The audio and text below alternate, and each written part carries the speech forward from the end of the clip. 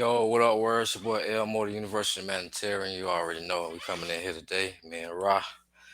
Doing a couple live native readings, you know what I'm saying? Get our feet wet, you know what I'm saying? Introduce our native chart reading skill to the world, you know what I'm saying? So let's get to it.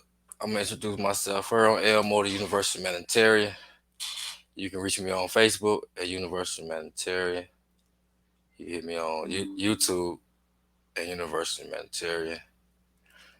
You can just call me at 334-444-1791, or you can email me at yoshimore918.com, and I'll let Rod introduce himself. Para Natal, Pama, Uncle Jed, Uncle Jasanel, Uben, Nefike, Panabu, Haru, Ma'ati to everyone. Anuk Ramatef Kweb, I'm Ramatef Kweb. I'm a practitioner of divinations. You can find me on Facebook as Ramatef Kweb. You can find me on Instagram as Ramatef underscore Kweb. Also, visit the website at maatraya.org, the DNA and DNA. And it's a pleasure to be with you today, brother. It truly is. Likewise, fam, you know it's always a pleasure when we get together, you know what I'm saying? For real. For the people watching, if you want your chart read, you can just comment below so we'll know who want to get that chart read. So I've been reading charts about what 6 years right now, so I'm still learning a lot. I got a lot more to learn, but I don't know everything. But I feel like I'm good enough to read charts because I had many people tell me that they can relate to what I say, and I'm sure Rod is saying he probably you been. I know you've been doing it longer than me. Well, you can say that. You can say that, but not really. It's just been, I'm basically what, like 7 years when it comes to being professional, when it comes to being, just in it. Like most people, on most of the time, I only knew my sun sign for a good minute of my time until I started finding out about other aspects, looking it up myself, studying for myself, and understanding how to, apply what I read as well as apply what those energies is dealing with. And then, for me, I'm in a different realm when it comes to astrology because dealing with my own calendar, known as the Ma'at, the flow of time. Um, in that field, it was just more so me just understanding what time is, understanding what season is, and understanding what these constellations is from different avenues when it comes to dealing with the terms that we use for these zodiacs and signs. And from there, I just been, rocking, just learning every day. I'm not the um, one that knows it all, but at the same time, I definitely know what I'll be talking about when it comes to my field for sure. But as far as anything else, yeah, always going to stay learning because it's a lot of information out there. Yeah, like a never ending learning journey for real. For real. When you think you know it all, you don't know nothing. Sure. I proved myself that not too long ago. I said I thought I knew it all, but I guess not. I truly don't. I really don't, man. It's crazy. But yeah, Yeah. when it comes to like planet wise, so it's like, just give an introduction with planets. Um, so we got the moon and Leo right now. So before people can like, put your info in the chat, things of that nature, if you want us to give you a reading, let's just discuss a little bit about this moon and Leo right now. Okay, but and you talking about real time, right? Not on Western astrology time. Um, so, so one thing I for myself, I see it's in Cancer, but for myself, I know I see it as Leo still because of how just a lot of different new information has been coming out lately. But as far as right now, in real time, it's in the constellation that people know as Cancer, but in Western, they'll say it's in I think Leo or going into Virgo most likely. Oh, okay, okay. Mhm. So like when it comes to that moon, like I don't remember what phase. I think it's like a half moon for real, for real. But or last quarter moon. No, no, first quarter moon. It's the first quarter moon coming in, and then it's like you got that. Then you have it right there in the heart of of Cancer, and then on top of that, you got those two aspects of Cancer and Leo. When it comes to this particular day today, it's kind of amazing, or like a lot of things have been highlighted, shining on parts that we thought was downer, but it kind of like turned its head around a little bit. It also has been something that I've noticed lately, like this Aquarian energy is really tearing up this world right now. So it's like, for example, there's a lot of disasters going on around the world when it comes to um, what's it called, trains. Like there's a bunch of derailments going on, and I'm still like, wow. And that's dealing with a lot of Aquarius, for real, for real. And then we got Saturn in there, as well as I think Mercury. No, Mercury. No, Mercury's in Pisces right now. But as far as Saturn right now, Saturn's doing his job. And then you got Pluto and Capricorn just slyly just got there not too long ago, and that mother's really showing his butt. And then on top of that, we got what is it? This whole thing on the news just now where they got a particular person might be getting indicted, or got indicted in a sense. So it's just been a very interesting day with these energies. And for me, it's dealing with that moon being in that Cancer. Right, and the school shooting. Oh man, then, oh yeah, that is right. Then we had out here where I'm at, somebody was prank calling about that. Like that stuff wasn't cool at all. Right, Yesterday. Yeah, that's crazy. That's crazy. that's yeah, that was not cool. I was just like, people was calling, well, not even calling me, but just calling and texting me, asking me if I'm even in that area, and I'm like, no, I'm at work. What's going on? And soon as, sure enough, someone gave me some information, and I said, oh wow, all around Pittsburgh, 9 schools out here in Pittsburgh, 9 schools got fake call school shootings. Nine, dang. Yeah, and not even hours behind each other. I want to say it was at least maybe 4 hours to 2 hours, in a sense, like 2 to 4 hours of someone just literally calling 911. And then the moon itself yesterday was in Gemini, so it's like it's dealing with that, a lot of that communication. So they was using that to the fullest, and they made everybody feel that. And I felt bad for those who got kids, and Yeah, I and know you Gemini got. represent elderly education, like elementary. Mm-hmm. I was just like, wow, like this. So yeah. So let's start with the moon. Let's start with what's your thoughts on this moon being in Cancer for the next couple of days, and then it's like if you want to be a little bit more technical, it's going to be in Leo for the next three. Right. Well, I start with Cancer. Well, while the moon being in Cancer now, with everything going on in the world, people again, they should get more closer to their family. You know what I'm saying? It make you have a better relationship with family, since you're seeing that people walking in school and killing little kids and stuff. So that might intake on the moon in Cancer, and it make you come in tune with your own subconscious emotion. So people might be thinking about their subconscious feelings, or even the ancestors right now with moon in Cancer. Mm-hmm. Yeah, I feel you on that one. Definitely that one, because it's like a lot of our a lot of our minds have been set on, what's this new move? How are we gonna get this? How am I gonna provide for my family for that much? And then on top of that, you go to the next level of it when you're dealing with the part of that subconscious. And then I know for a fact a lot of people definitely been feeling those voices. But when I say feel the voices, I'm not saying hear, not hearing voices, but feeling voices.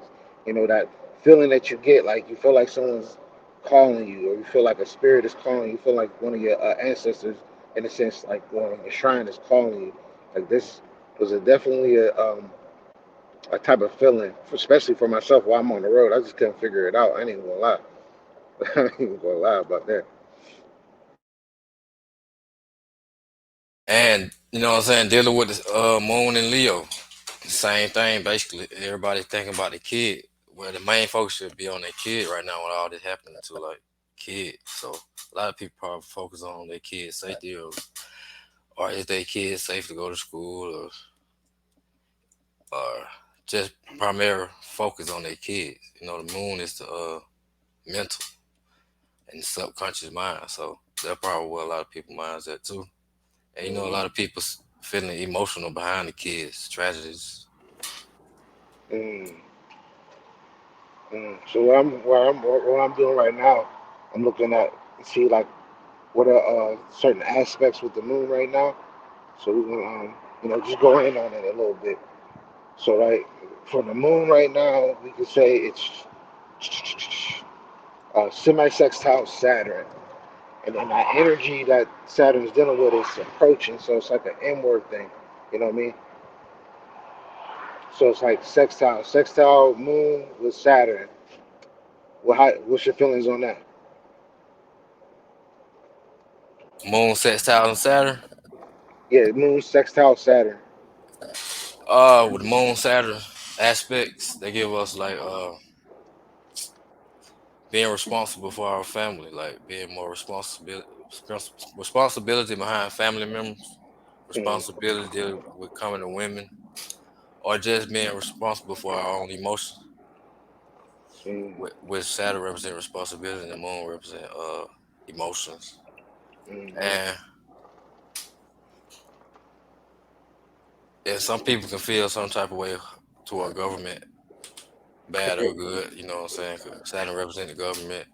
mm. That's deep. Uh, yeah, they might be in their feelings about that.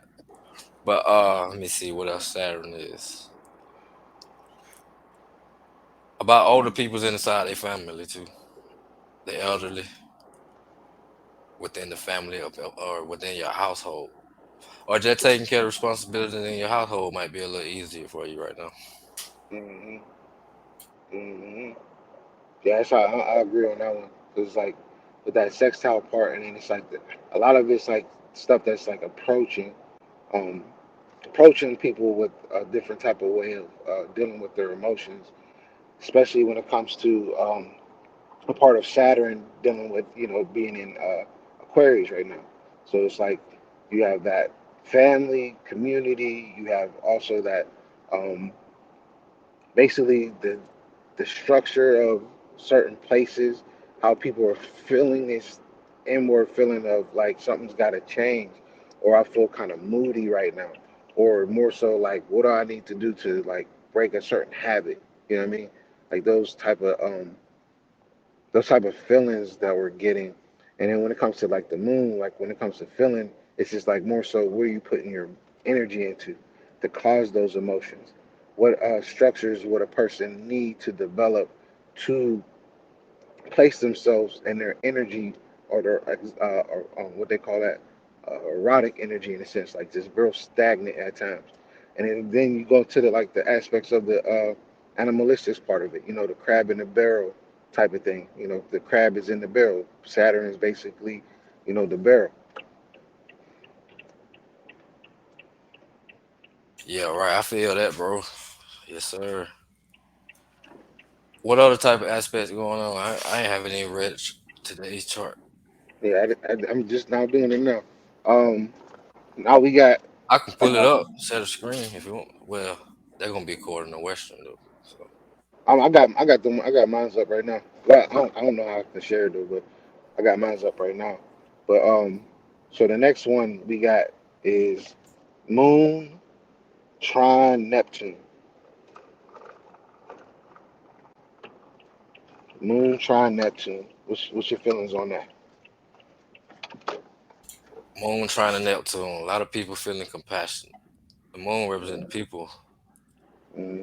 and also represent our feelings. So people can kind of feel compassionate right now, Mm-hmm. dealing with their emotions, or they be more easygoing when it comes to relating to people in their family, or inside the home. More love inside the home, like you know what I'm saying. Having more compassion for your fam inside the home. Mm-hmm. Let me see what else Neptune is. A lot of We people got probably thinking about traveling too long distance. for real. I didn't go lie on that one. Me personally, oh yeah, definitely, definitely. Me too. I'm going. I'm leaving out tomorrow. Tomorrow. Shoot, the most traveling I'm doing is working like crazy. Like for me, so it's like the that Neptune and that moon energy right now on me personally is definitely keeping me busy. It also like kind of affect me in a way where my dreams was kind of interesting as well. And then today, I ain't gonna lie, I was very forgetful about a situation when it comes to managing, for real. Like I was literally forgetful about a lot of things. And then when it comes to that energy that this is dealing with, it's like separating. So I'll give you a couple of terms. So anytime I say approaching, that's like inward energy. It's like in just anything that's dealing with something personal. Now when it comes to separating, that's something that's physical. When it comes to the when I start reading these aspects so we can be on one accord with it.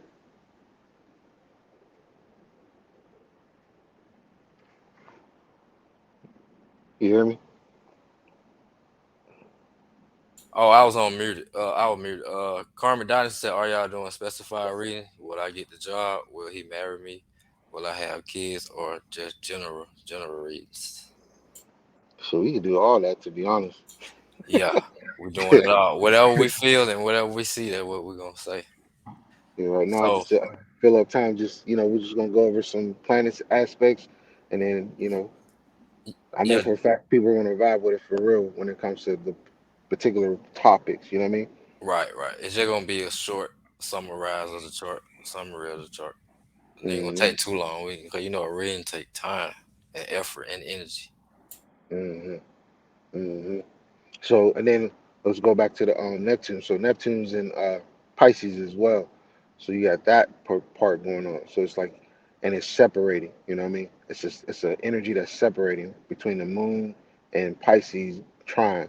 So we understand like trine is that part of the the support when it comes to dealing with yourself because it's like the physical part. What are you putting your energy into from your solitude? You know what I mean? Energy are you putting into from what you've been dreaming about? What energy have you been putting into when it comes to the certain messages that a person is, dwelling on Right. in in that fashion? And then you also the bigger one though right now is that moon opposition Pluto, and that energy is separating as well. What's your thoughts on that? Moon opposite Pluto, some mad people, mad motherfuckers. They feeling the intensity of the world right now, especially the family. You know what I'm saying? They can be like some moon opposite Pluto. It can be like some hidden secrets going on within the home, or just like just let me see. There can be something about the home that come up the surface that somebody didn't know about, or some hidden emotion come out. You know what I'm saying? Emotion you've been holding in, especially Scorpio people. The emotion we've been holding in can come out right now. You know what I'm saying? Probably not in a good way with the opposite of the moon, but on a good note, this can give us the depth to go within ourselves, dig deep within our emotions. You know what I'm saying? Dive into our subconscious and do whatever we feel. You know what I'm saying? Like bring it out, but try to bring it out in a good way. But this ain't a good aspect right here. And they can be like some kind of control over women. Capulo equal control. You know, the moon representing the women or the family.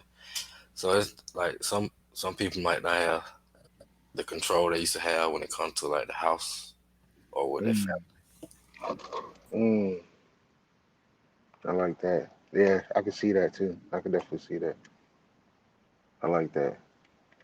And then it's like opposition. You know what I mean? So it's like for your recommendation when it comes to the two opposite energies of the moon and Pluto, which one would you dabble in first before you deal with the other? I'm gonna have to see what Pluto doing, cause that's the planet of intensity and hidden motives and you know all things buried and secretive. So somebody might find out some secrets dealing with the family or dealing with particular women in life. Mm, mm. That's deep. I can see that because it's like like and then on top of that, like when it comes to like let's just say for example, what was it Pluto's in Capricorn? Yeah, Pluto's in Capricorn. So with it being in Capricorn right now, that's dealing with yeah, that's dealing with mostly of what happened today when it comes to people getting their past is catching up with them for sure. And then since it's that energy is separating, it's like almost to the point where either you kind of balance your part in this relationship of your past, or you're going to allow it to basically be destroyed and start basically breaking and bringing into a new. So like there's a word that I like to use to give to people sometimes, and it's basically in this saying, closing endings and opening beginnings. Notice I didn't say new beginnings, closing endings and opening beginnings. That's that particular part that I see in Pluto and the moon. And with the Pluto opposite, the Opposite the moon, moon. Hmm. yeah, moon opposite Pluto in Capricorn. The Capricorn represent government, so it might be a lot of information coming out about government, government secrets. What can have the people in their feelings, or have them just very intense. And then it's dealing with that part of that money part. So it's like going in with the part with the this news article that's about to hit headway when it comes to dealing with a particular person that used to run the government. You know what I mean? Like so that's like definitely something that's a very big entanglement with that individual. Right, right. And then we got here's a good one. Moon square both the south node and the south node and the north node. Moon square both the south node and the north node right now. And then the north node and south node is in Aries and Capricorn. No, I'm Okay. sorry. No, I'm sorry. That's right. I said Capricorn. Jesus, Aries and Libra. Wait, yeah, I got you. I understood what you said.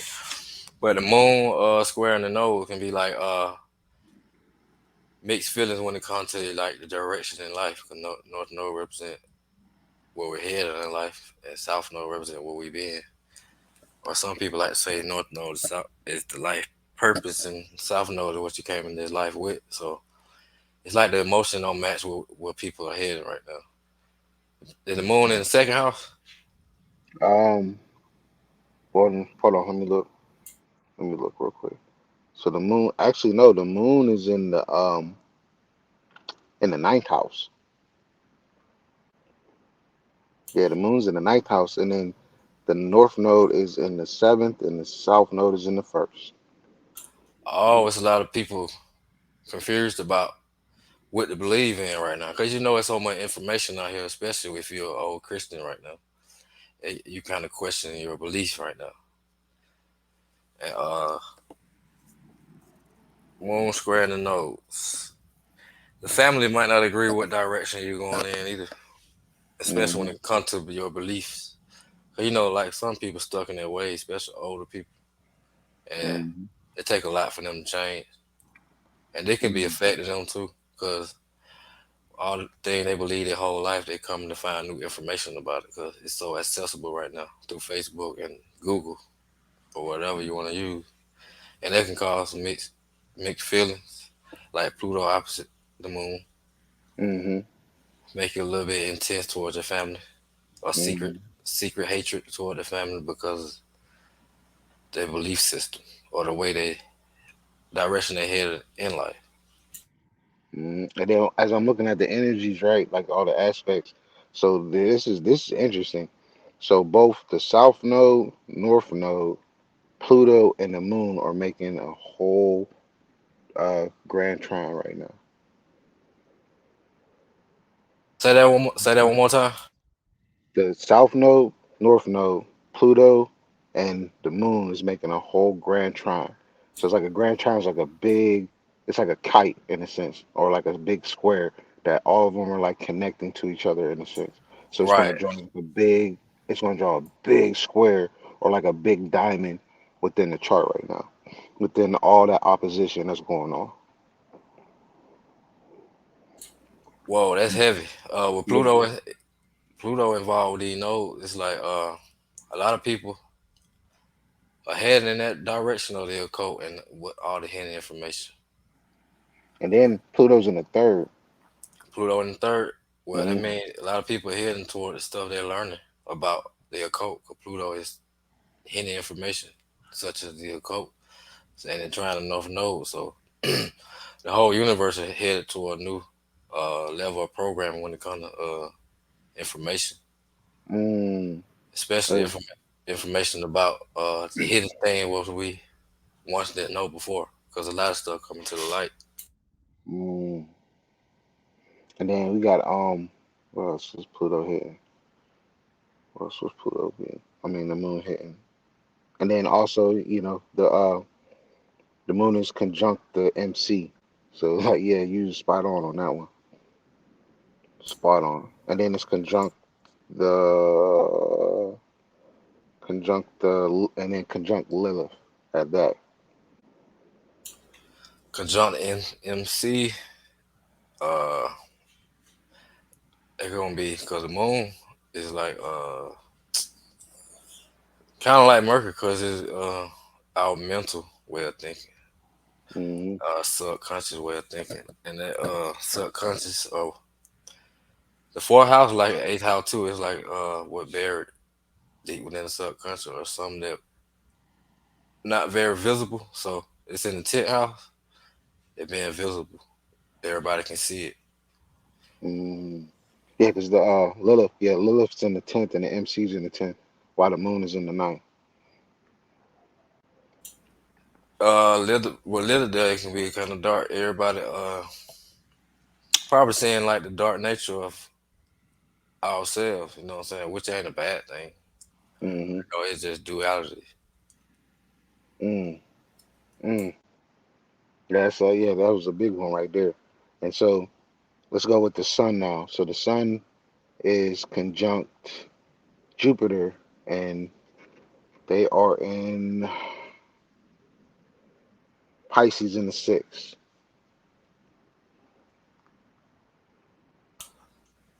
Yep, about basically what I said about the belief system. The sun Hmm. conjunct Jupiter can put a light on people' personal beliefs, especially the religious, because the night, the sun, what house the sun in? In the sixth house as well.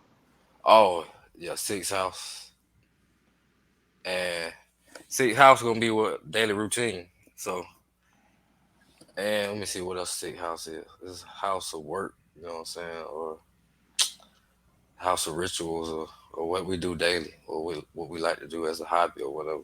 And with the sun conjunct Jupiter, people probably trying to learn about their belief system daily right now because it being Hmm. questioned. Hmm. And then it's like that opening that part of because like the part of the sixth house is like what you're a slave to. You know what I mean? Right. I was about to say sit house of slavery too. Hmm. And people probably find out they become a victim to the religious system, Hmm. which you know that it ain't necessarily bad, but it had caused like, you know what I'm saying, a lot of confusion. Hmm. And it's had people stuck in like the age of Pisces, fairy tale minded type of stuff. Hmm. And then you got Chiron. So all in that sixth house. I'll just say it all. So everything that's in the sixth house is Mercury, Jupiter, Chiron, and the Sun. Mercury, Jupiter, Chiron, and the sun in the sixth house of daily Hmm. routine. So a lot of people searching daily about their religion and they find they still hurt behind it. Chiron.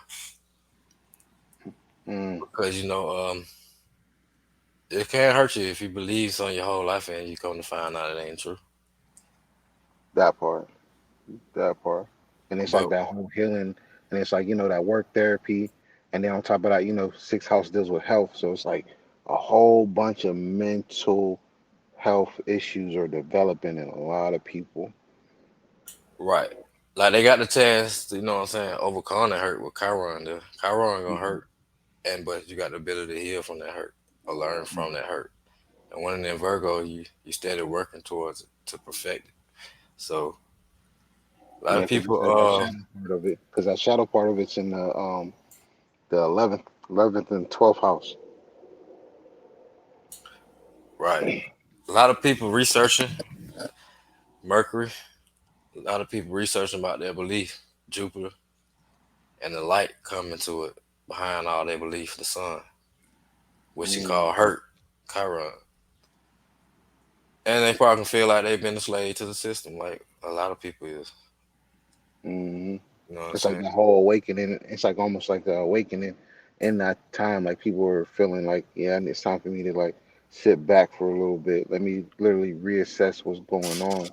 Allow myself to really get myself into gear when it comes to how am I going to deal with my situation for the next day, maybe even the next week, because this is going to be there for a good, especially that Chiron Sun and Jupiter thing. That's going to be in there for a good minute. Like we're going into the Gregorian month of April. You know what I mean? And then Mercury's going to be there for a little longer as well. So it's like this whole, we could say 3 weeks, and then we got and then Mercury's going retrograde soon too. So it's like this whole month coming up is going to be very taxing on people's, not even just their beliefs, but just them in general. Right. That's crazy. Yeah, man. It deep. That's a deep placement right there. What is in the sixth house like that?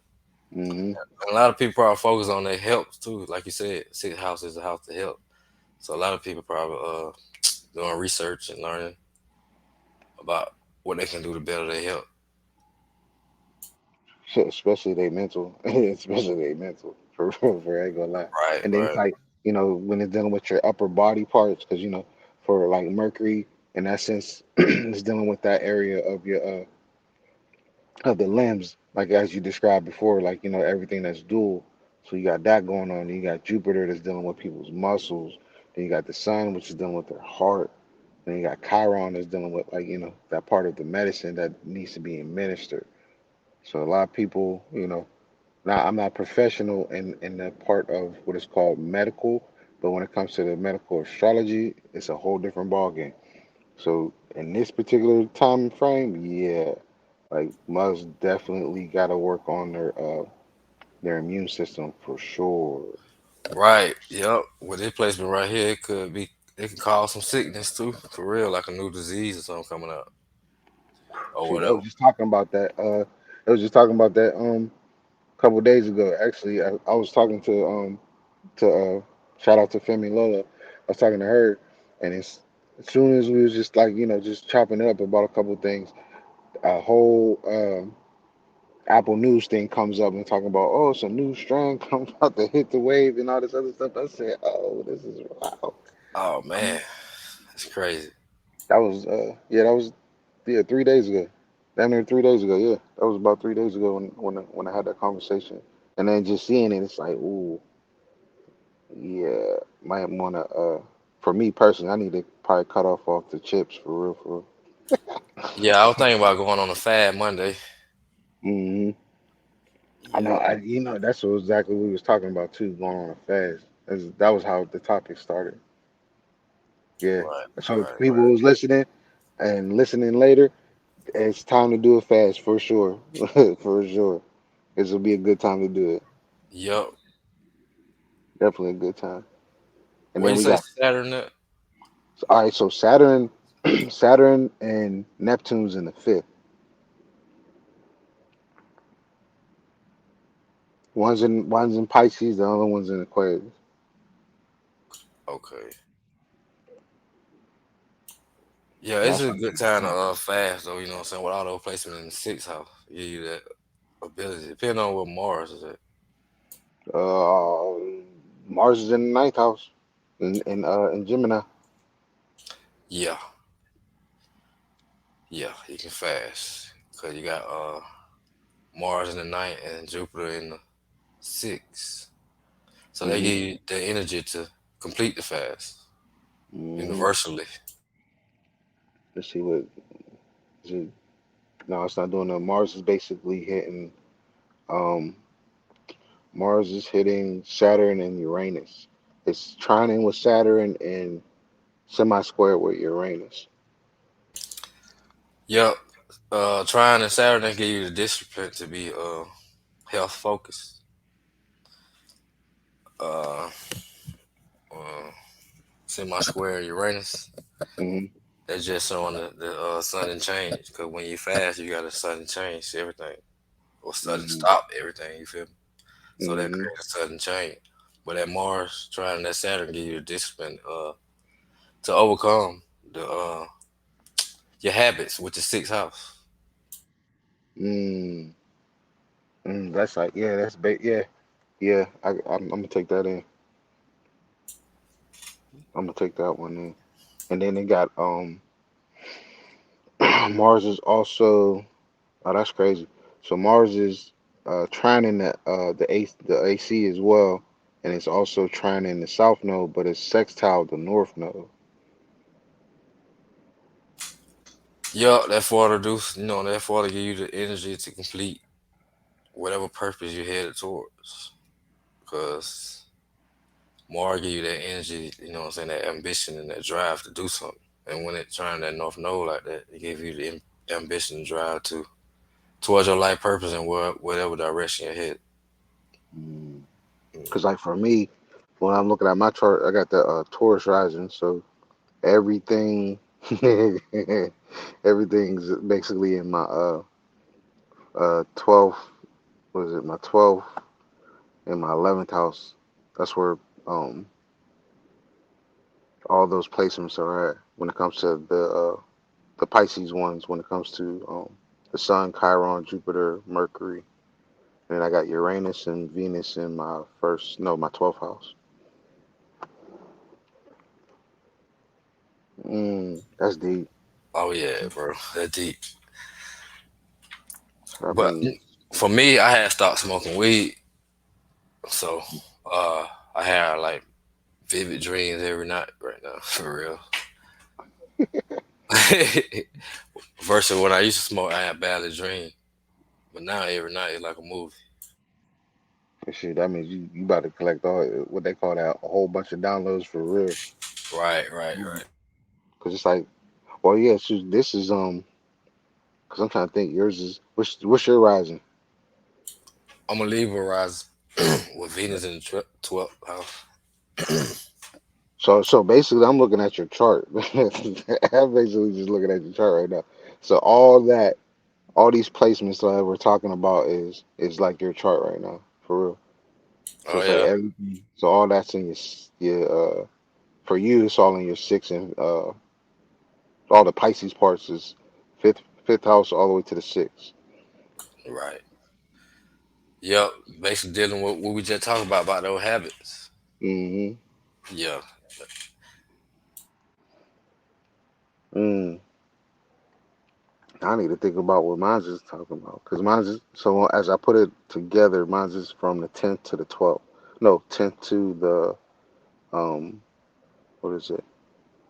Yeah, so mine's is from the ninth, 10th, and 11th house. That's where all mine's is at right now. So that's all up to that's shit.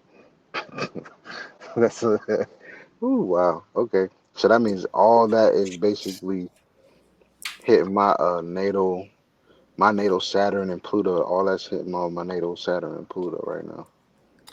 Yeah, my Pluto going through it too. What it doing to the 9th, 10th, and 11th probably give you that drive to want to travel more related to your career Mm-hmm. and probably hollering at your friends or whatever. Mm-hmm. It's my old Oh yeah, friend. I just been yeah, just I've been staying away from a lot of the craziness that a lot of my friends are a part of for real, for real. Right. I just see it like it's like I don't want to say it's never been my world, but it's like I appreciate the invites all the time. I really do, but that's just not my life no more, for real. I feel you, bro. Me either. Truly ain't because it's like in my mind, it's like you. you can spend all this time, wasting your time on other things when you know you got a bill to pay, you got, things you got to work on, you got to start, change your outlook, change your look for that matter. There's certain things that's going on in your own environment that you got to start like really adapting and changing into. Like, Right, and as I see like how things are going out here, I just been adapting in the shadows like I always do, moving like an electron. For real, for real. right. I feel you on that. Me too. I move the same way accordingly. You know what I'm saying? Try to stay away from bad environments as much as I can. Mm. Shit, that is the type of functions that's been being handed out, because it's like a lot of it you can see the opportunity in it, but most of the times it's like what's going to be more worth it. You spending most of your time, being in somebody's establishment, getting drunk, or not even just getting drunk, but just like, just spending your time just sitting there staring at the wall, listening to music, vibing or whatever. But what's that going to do for you the next day, knowing that you got something else to deal with? Right. Ain't no business come for before pleasure, you feel me? Especially when you're Hmm. older like us, you know what I'm saying? We gotta handle business first. Hmm. But more people never grow old, understand that, you know what I'm saying? They want to just have fun their whole life. But, you know, fun is always there after you take care of your stuff. Mm. Yeah, that's exactly how I feel about it. I ain't gonna lie. And then it's like, so I'll take it to this level now. So we're going to the realm of storytelling, right? So when dealing with, let's say, the Orishas, right? So you got Arumala who's the sun. You got Neptune who's Olokun. You got Mercury who's Eshu.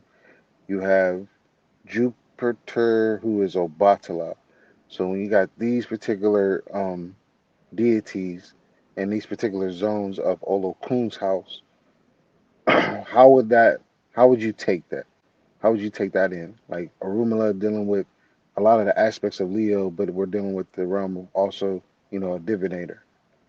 Then you got um Eshu, who's like, the keeper of the doorways, or like how you say the one who opens all the gates. Then you got Jupiter, who's Obatala, who's like basically seen as, you know, royalty.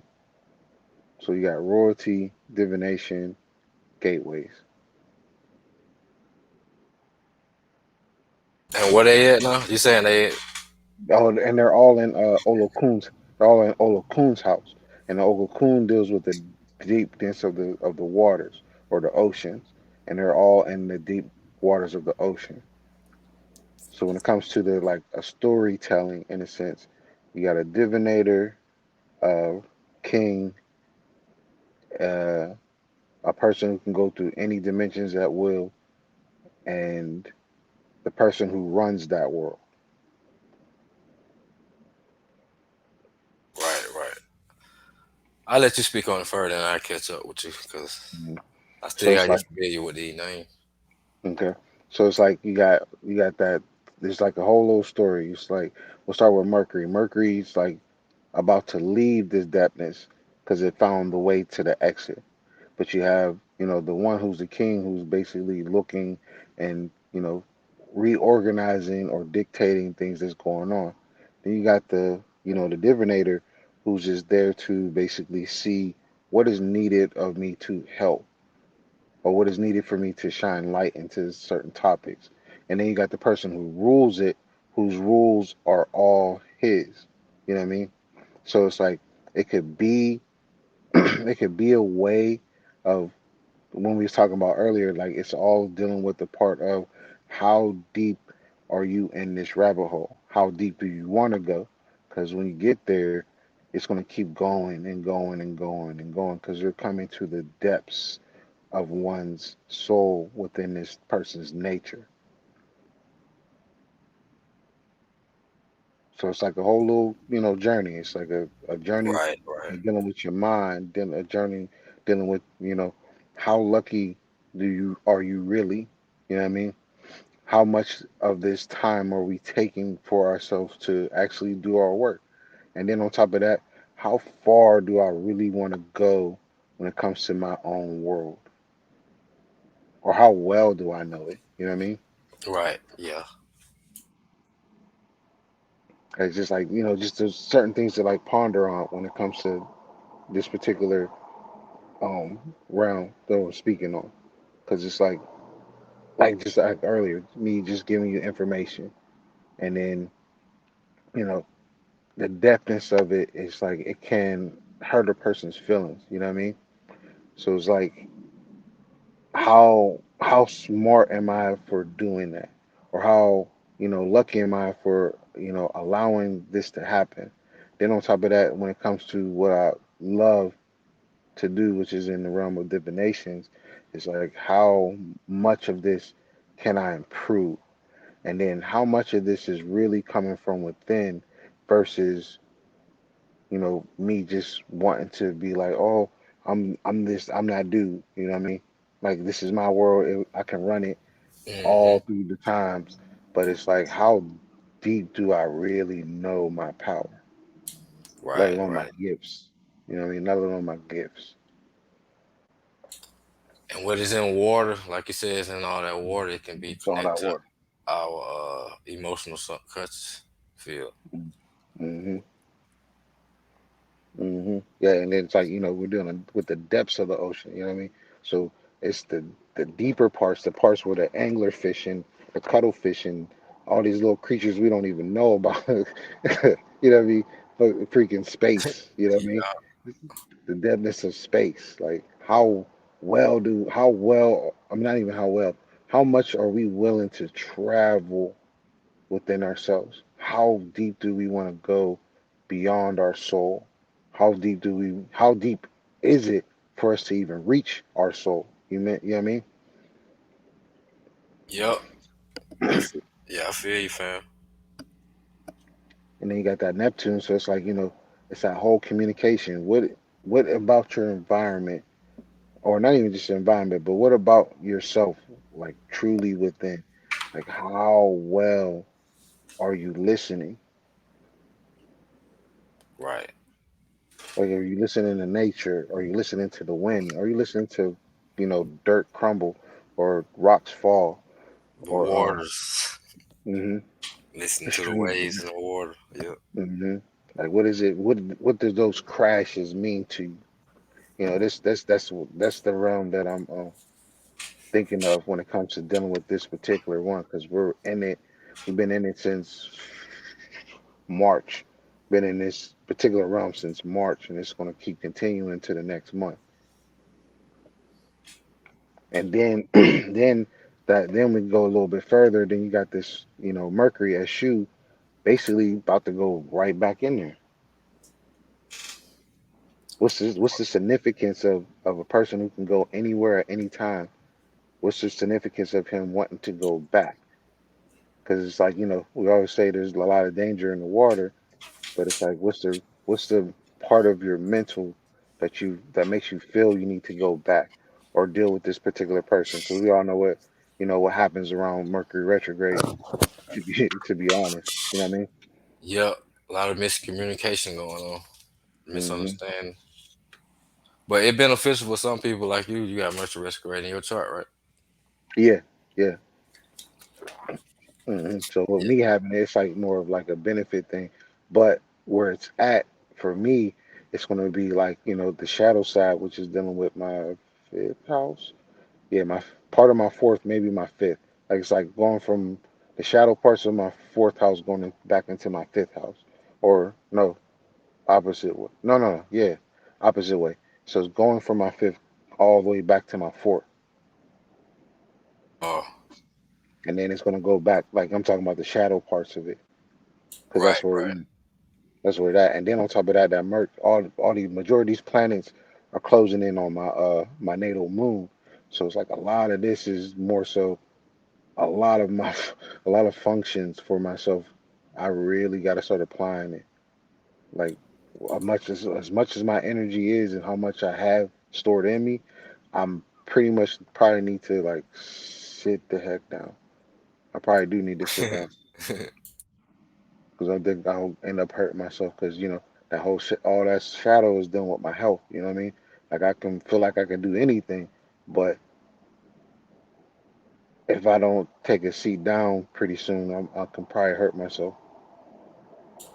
Right, right. And they can give you more mental capacity to do that too when they do Mm, go retrograde. hmm And that's usually when like cars for me in my world is usually got to do maintenance on the work vehicles and hopefully not bringing this into existence, but hopefully nothing breaks down or anything else because yeah, it's time to do like some work. It's probably gonna be time to do some work. So I recommend people if you need to do maintenance on your vehicle, um, start planning on it for real, especially in was it that around the 20? Is it around the 20th of April? Let me find out. Let me find out when this retrograde is coming. Um, when is this thing coming? I'm sitting there trying to go ahead in time right now while we're talking. Let's see. Where you at, Mercury? You're over there. Where you at? Right there. So we're saying, I went past it. So we're talking on the yeah, I thought it was the 21st. It goes direct on the 21st. So that week before, yeah, it was 2 weeks before is when it's going to hit. So that's going to be that's going to be 20 shit next week. That's going to be next week, like after April Fools, the week after April Fools. So we talking about Good Friday. We talking about Palm Sunday. So that's when that energy is going to start, doing its post shadow. And then during that post shadow for those 2 weeks, that's all going. That's all during Easter. This their holiday of Easter coming up. That's when that post shadow coming, and then it goes direct on the 20th, and then you got 2 weeks of that. So yeah, April's about to be something interesting, Right. and it's all at this like particular time frame. It's all going to be in that sixth house, literally in that sixth house.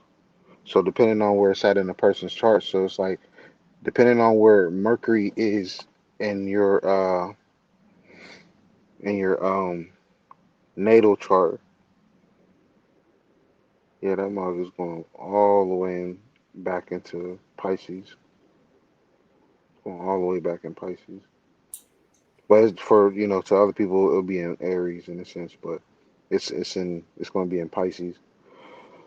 So that whole time frame with Mercury, like look if you have your natal chart or if you want to know more, put your information in the comments and we'll discuss about this because that's going to be something interesting. Wherever Aries and Pisces is at in your chart, that's where this retrograde is going to be at. Right. That's how I like to read a chart too. I read by two signs, like when I do a chart, because a lot of people go by Vedic, and a lot of people go by Western. So I just incorporate both.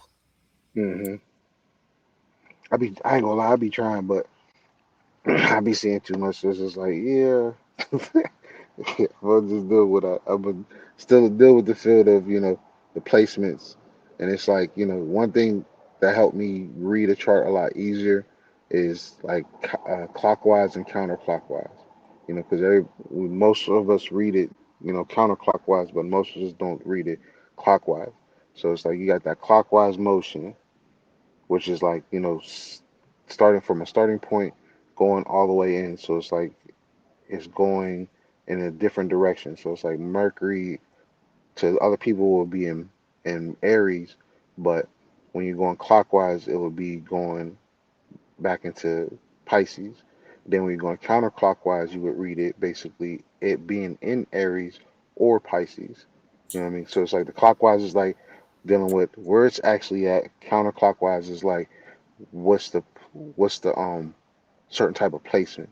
You know what I mean? Because the more you go back and forth with it, the better you'll start to deal with your situation for real, for real. Right. And then it's just dealing with the parts of the houses. Like for me, I'll just deal with houses 1 through 9, and then just 10, 11, 12 is just basically um 1, 2, 3 again. You know what I mean? But it's like more of an aspects of more of the people, like your fifth house or your seventh house, and then 12th house is like more so how you become a slave to even your own spiritual practice. And then it's like you got 10, which is like basically dealing with career, but that's basically your second and eighth house. You know what I mean? Right. Because it's like those numbers, eight and two is 10. So it's like I don't even need I don't even need the 10th house no more. Those three houses I don't need no more. It's like because it's all there. Like all you do is add up those numbers, what houses they are, and they tell so much of a story. And it's like most people haven't learned this way, but it's more so in the realm of counting using the a number system with not only with the houses but with the planets. And the more that you adjust yourself to those numbers and you understand those meaning of numbers, you start to see that 11, 11, or that 5, 5, or that master numbers and things of that nature. And it kind of illuminates a lot of what's going on. So, like, for example, everybody currently is going through what is known as, Sun in Pisces slash Aries, depending on how you see it. So, Sun being in those particular parts, those are highlighted parts in your chart. So, like for me in Western, it will be my 12th house. No, it'll still be my 11th house because that will make me a Gemini rising. And then in a sidereal way, it's my Taurus rising. So that's still that Aries is still going to be in that part of the 11th house, just degrees wise. It's going to be more degrees in Western than it is in sidereal because my chart basically goes up goes up 30 degrees. So then it's just like where Aries was anyway, it's still going to be in our 11th house regardless. Right. Right. So a lot of my life's journey right now is dealing with basically 9 through 11 when it comes to this particular season for me of Pisces slash or Aries slash Pisces. Oh, okay. And then like for yourself, wherever your Pisces is at, it'll be like that same journey for you. Like that's the most lit up area. So for you, it would be what is that, fifth and sixth Fifth. house. Yeah, fifth house. Yeah. Fifth and sixth house. So those are like the highlights of your life for this whole season of April and was it? Yeah, now until pretty much the end of April. And it's fifth house and sixth house. Like basically like what parts of your life are you a slave to when it comes to your passion, or how much do you need to be a slave to your passion? You know what I mean? And then for me, it's like how much work do I need to build on community, and how much time do I need to spend to myself so I can become a better person within my community. Right. Yeah, I feel that, bro. Sir, it is relating to my passion, cause like making music always been like my passion, and I just been I ain't gonna say procrastinating, just back and forth with the spiritual stuff. You feel me? Trying to Hmm. balance it out. Hmm. Hmm. Hmm. And then you got that what is it called? Like shoot, that's all of us for real, for because we're trying to you know muster up a certain type of new vibe because we're all feeling the new vibe. I don't care who you is, everybody's feeling this mug right now, and then we're all like really confused about it to a degree. But it's like more so in the sense of like, how are we gonna keep allowing things to keep repeating itself, or are we going to basically like shake it up a little bit? But if we shake it up a little bit, is it going to cause more panic or more trouble for us? Because like from especially with me, it's like in that realm of career and in my groups and people that I deal with, and it's just like for me, it's been a whole new change of with people that I, keep myself around and even just conversate with, to be honest. So it's just like evaluating a lot of what I need to do to be, be better in assisting others who actually like need my assistance. And then on top of that, it's like who are the people that I know is my people? Because like Pisces is really like the school of fishes. So it's like all of us is learning, but who we all learning? Are we gonna learn together, or are we gonna be that straggler fish who just wanders off like Nemo or something? Right, right, right. Let me answer this question. Carmen Nine said, "What info do people need to provide to get a reading?" Mm. So hold on, I didn't even read that. They, they need to Yeah. provide a time of birth, place of birth, and where they were born at. But they can just inbox me. They don't have to put it in the comment. Mm. And Like we got comment wise, I would just say like for the platform, just um comment just your birthday, like time, not even time. You don't even gotta do the time and location, but if you want to do that time and location, yeah, please inbox it. For everybody's um how you say info information. You know what I mean? When it just comes to your birthday, just put that in the chat, and that would be that could be doable as well. right.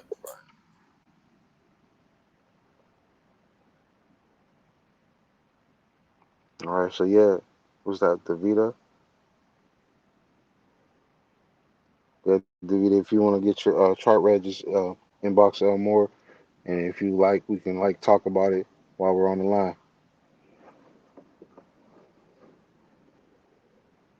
Just or if you want to put just your birthday in the chat, you can do that as well. But if you want to do the whole reading, definitely inbox Elmore, and we'll go from there. And we just what aspects or questions you would have dealing with your natal chart as well. But if you got questions now about if you got something that you want to talk about, we definitely can hit the pointer because you got two Leos in here, so we gonna definitely hit the pointer. For real, for For sure, for sure. Hey, hey. real. We definitely go hit it. We go hit it right on the nose. But yeah, they what you call it? Yeah, I'm just over here reflecting because I'm sitting here just thinking about it myself. Like the part of the school of fishes is the part that I'm like, dang, I just hit my own self in the head with that one. So it's like that's the other part of the community. It's like it's like basically our circle right now. And the way that we're moving with each other is the part that's just like, all right. So if I'm moving this way, I know my man needs to move this way. I know my homie needs to move this way. If they're in a certain, if they're going counterclockwise to my counterclockwise, that ain't bringing me no balance. Hmm. And it's just like the whole part of that community is like we need to keep that symmetry of learning. Keep feeding each other information. Keep looking out for each other when needed, not to hold back so much, but be more understanding when, certain people like literally need a break. Like a lot of people in this world truly need a break because we just been going through a lot, especially out here where I'm at. Right, Everybody's been going through some crazy stuff out here. Like we went from the starting of the year from police getting killed to, kids getting shot at to people just basically just hurting each other with, and it's all dealing with in the realm of guns really because ain't nobody fighting. It's just basically someone just shooting, whether if it's the police or just regular people on a day-to-day basis. right. And then this whole thing with the derailments, like we just had a derailment not too long ago. Was it yesterday? Yeah, so it's like that part about the derailment with I said change. Trains. You got these derailments and with the trains, right? First we had this one in Ohio. Ohio from Pittsburgh, or not even just Pittsburgh, but Pennsylvania, it's not that far away. You know what I mean? And then you got um I think it was maybe early this week or last week, a derailment in Philly. That's in my state.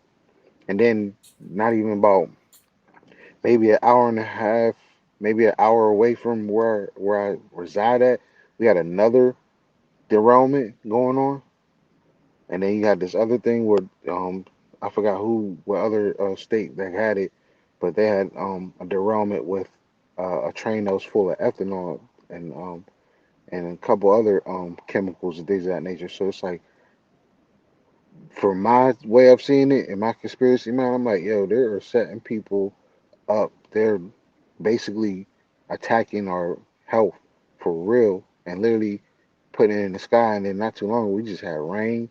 So it's like all them chemicals is in the rain. So we got rained on. So a lot of us are getting it, getting a lot of the wayness, or the way, I just call it the way, from like when you do centrifuge with certain liquids and stuff. So it's like we getting all of the parts of that chemicals, and when it touches our skin, we're not even aware. And then people Right, are getting a certain type of cold, starting with the throat. Like, it's just been weird. Like, for me, just looking and being an overseer, I just been seeing everything, and I'm just like, that's not cool that they're really doing certain things. And then we got these whole school shit, and then we had this other incident that happened last week. So like this whole season, since I could say since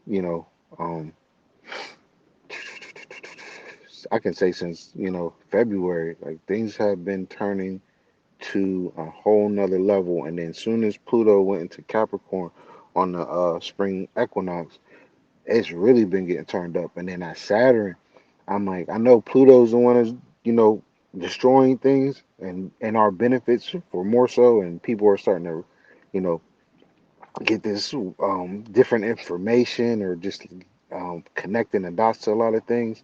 But that Saturn is what's really what we need to start paying attention to, especially in our own natal charts, for real. For how well is it affecting us in our personal lives? Because we're understanding it from the worldly view, but what is it doing for our personal view? right, right. I just now seen that. My apologies. So Uh, nine you twenty want me to share the one. screen? Yeah, you can do that.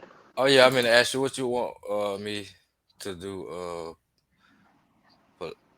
Pelagic system or equal house? I'm gonna say tropical or side of real chart.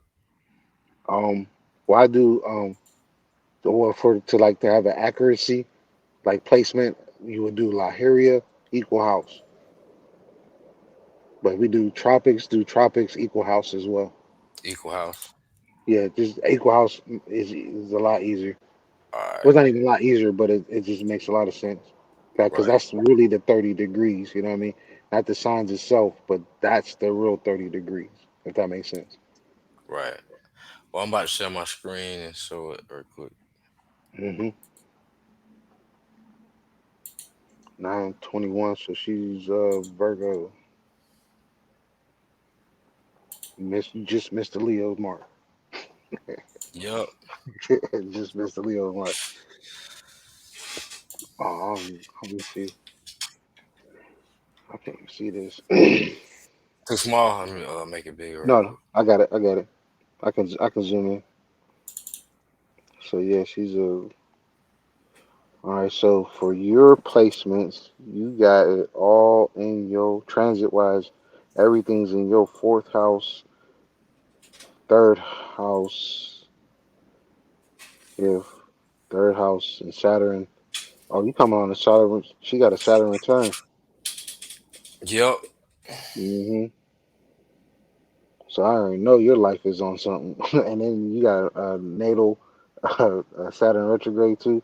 So I know a lot of what's going on with you is basically changing how you work for sure. And then it makes you wonder if you're doing a lot of the what you call like anything in the cyber world, or anything dealing with how you say community. community settings, like being a what you call them people, social worker, or maybe even a nurse for that matter. I'm thinking nurse because you're a Virgo, so be something definitely in the health in the health field. And if you're not in the health field, you might need to get into that world for real. And then you're probably tall, and then from your rising, you're probably tall too.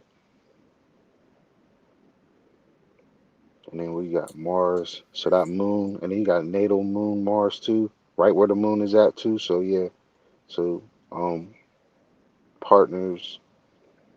So it's definitely like a realm of your recent change, or like how they say recent changing with your settings, with your environment, the type of people, like and we all know like Virgos don't trust people a lot, and then with them, with you yourself, the type of people that you had in your life is more in that realm of like you've been the person always there, but ain't nobody giving you that energy in return. So you're probably having a lot of that struggles with certain people that you thought was about that life, and then the ones that are about that life is in that realm of how you say, and this is one of my other sayings that I always say: you treat your friends like they're acquaintances, and your acquaintances like they're your friends.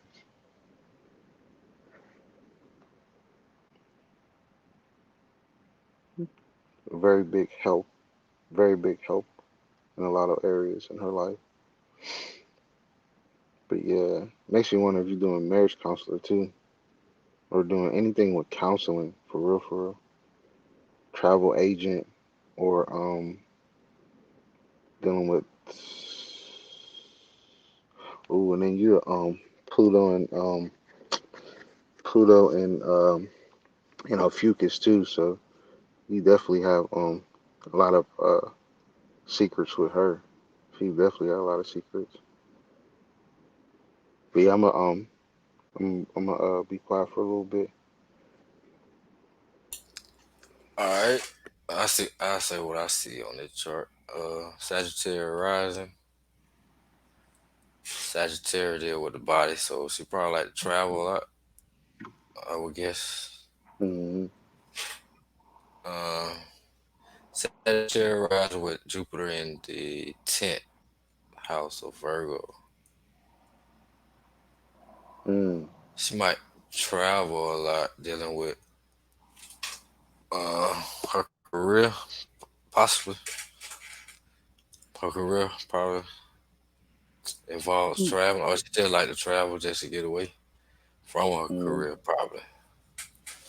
And with it conjunct the sun, uh, Sound like a teacher. yeah, so, yeah, sound like a teacher to me too. Sagittarius ascendants and sun conjunct Jupiter. It's a teacher aspect, and it's in Virgo, which Virgo is ruled by Mercury, teaching little kids. Mm-hmm. That's right in her 11th. No, yeah, in her 10th house. Yep. Yeah, I got the sun in 10th house also, so she big on her reputation. Let me see what else I see. We got Capricorn in the first house. No, Capricorn in the second house. And you with Saturn at Saturn's in the second house too. Mm-hmm. In the Aquarius. Capricorn is with restriction, limitation, older people, government. She probably can get money from the government. Mm. And it's in Aquarius. She probably have friends in the government positions or something like that. Or working for government. Or making money through the government through some kind of connection through friends or large network of people. And third house is with Aquarius. And Uranus is in the first house. Third house is the way we process information, how we communicate, and the way she might maybe communicate can be. Well, I'm just saying that she probably think about her personality a lot, or think about herself a lot. Not in a selfish way, but like you probably think about like what I can do next, or what, or where I'm gonna travel to, or what career. Put Capricorn in there too. What my career focus is, or whatever. Let me see. You got I'm just gonna skip to Mars and Cancer. Cancer is in the seventh house, right? Hmm. With Mars there. They get her Mars gonna get her the drive to deal with other people, mostly women, counts, dealing with families. What can be a little conflict, cause Mars gonna bring a little conflict with it, but they give you that drive and ambition to deal with people, family on a daily basis. Cause 7 hour represent our relationship coming from the sixth house of daily routine, and it's at that fifth degree. They're gonna be children probably, and you got what counts the moon. She very they're gonna be a very nurturing type of person. And well, that's in the seventh house too. Your counts is in the seventh house, and that moon is in the eighth house. So that kind of like Scorpio moon in a way. Damn near. Yeah, but like me, I'm Scorpio moon. Uh, but that Cancer can put a little softening to it. Um, Let me see at third degree. They're gonna be Aquarius.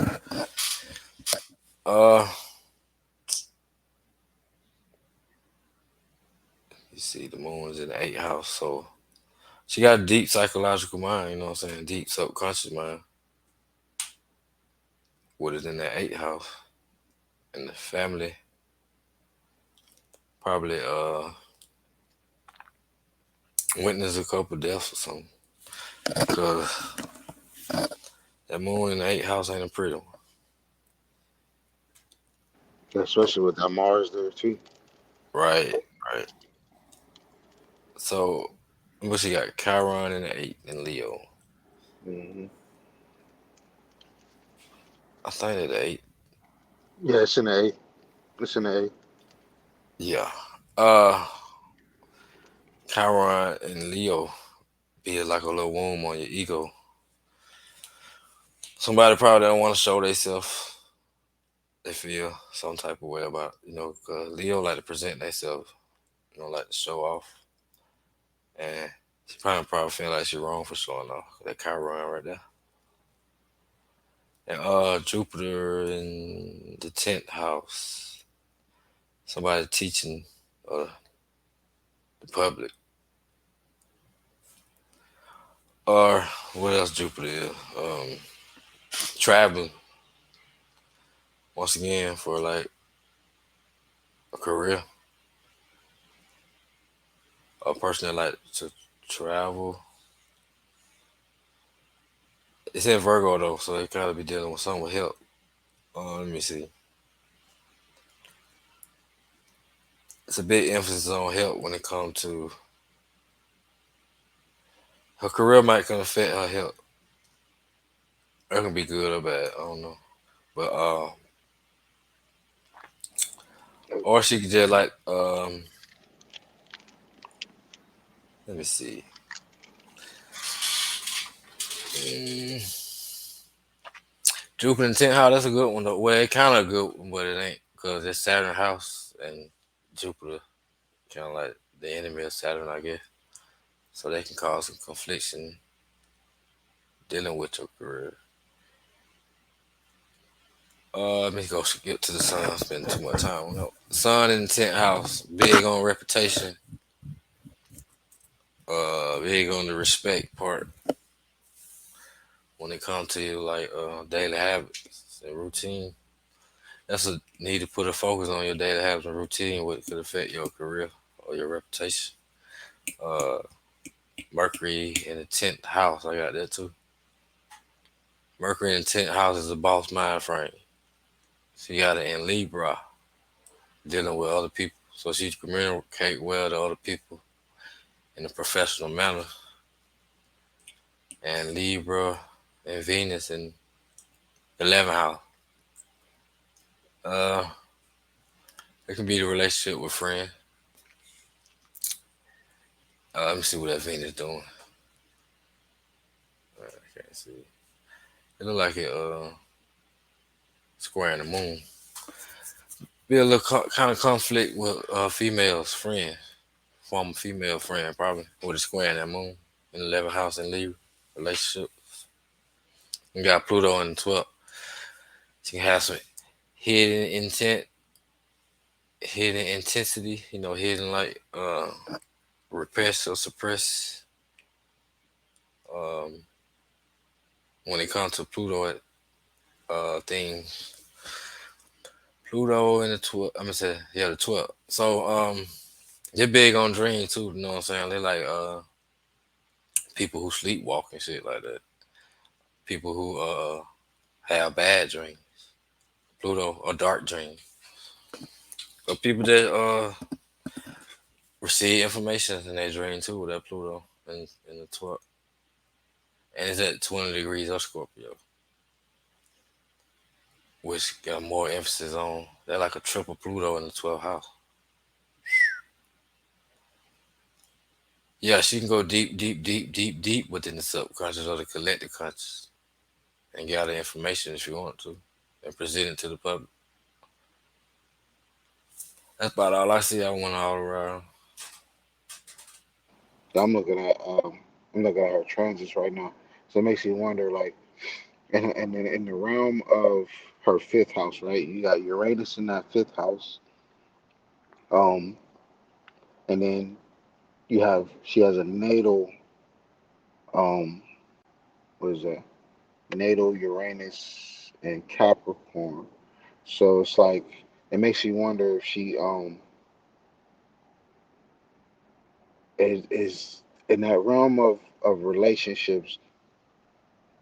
In that realm of relationships, it's like almost like she's going through a particular direction with how she deals with people on a personal level, especially with herself. A lot of her innermost ways is being forced to be changed. Like she's going through a whole new outlook on how she views her relationships with not even just with other people, but more so with herself.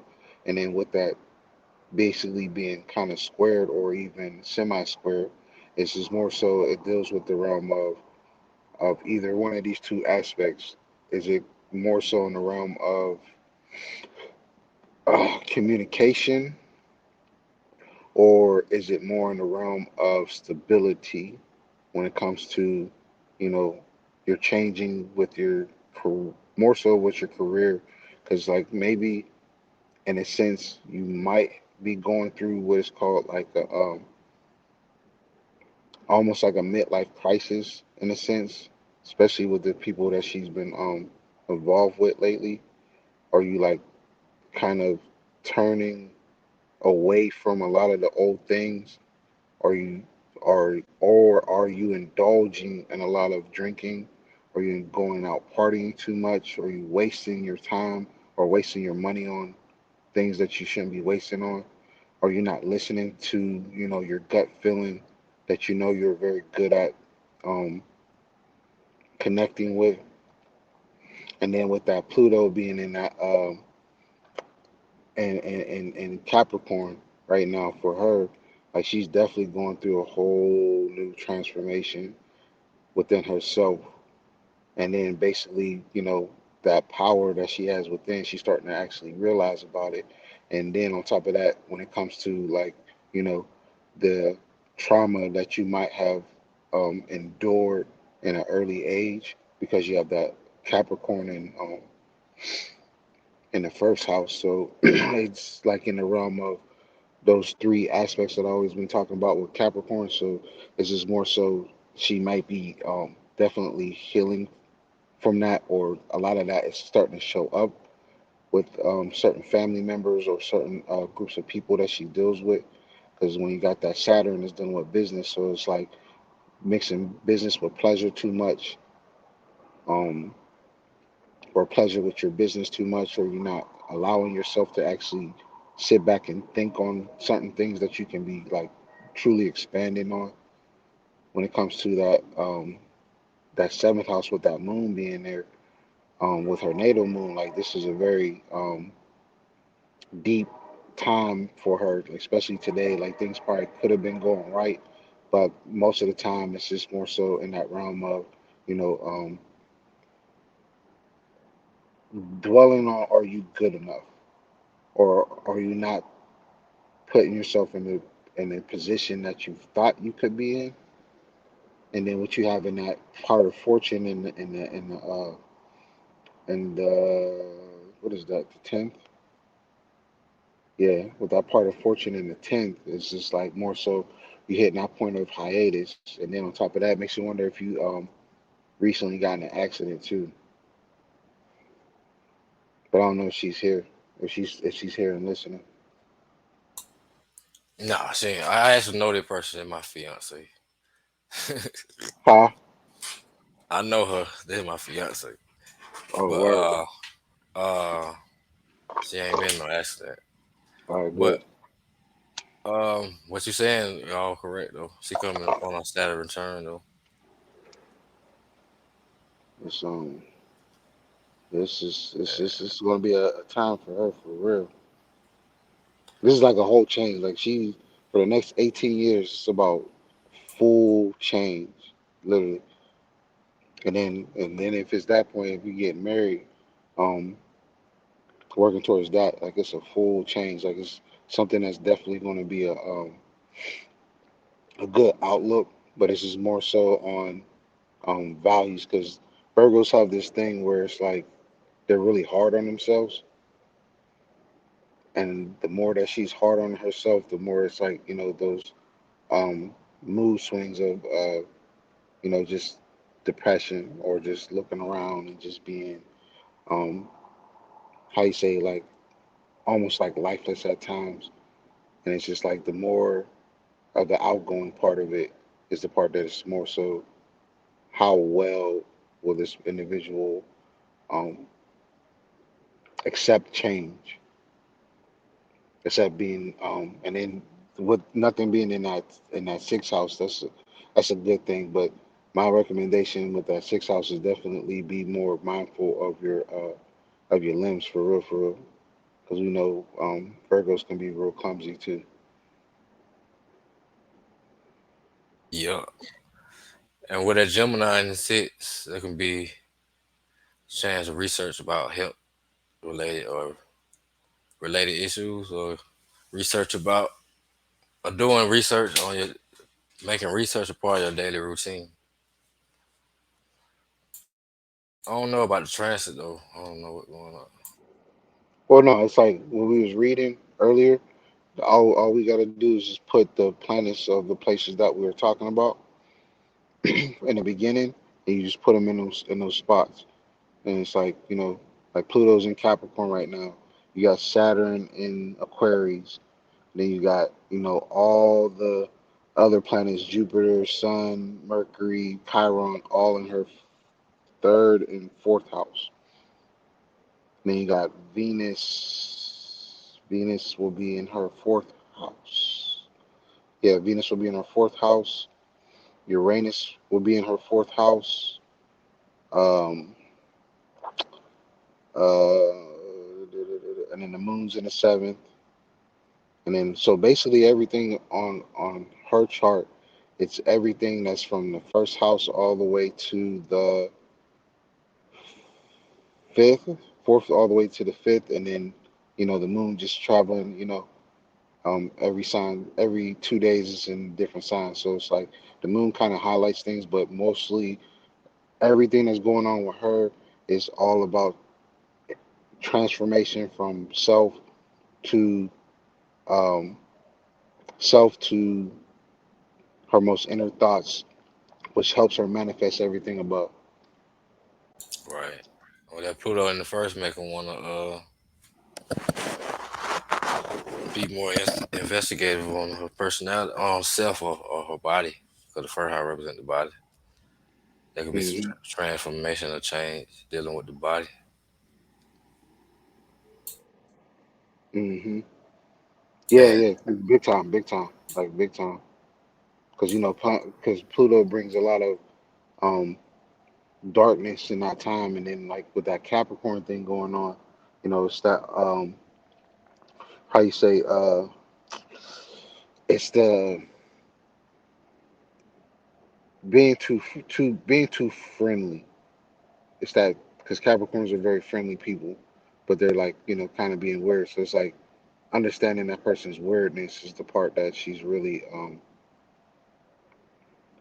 got to really focus on. And then with this whole changing in career thing coming, this is a good time to like research how to better your better your business, and also put more help put more help into what is needed of not just you but everyone who's around you. Like this is a good time to not only structure yourself, because that's all they do is structure, but it's also a good time to like help those who really need the help.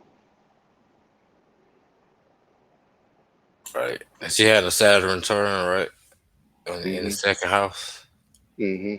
It can be like um second house also represent family, so they can be like a family business. Hmm. Or yeah, family business and her Venus is in the 11th house.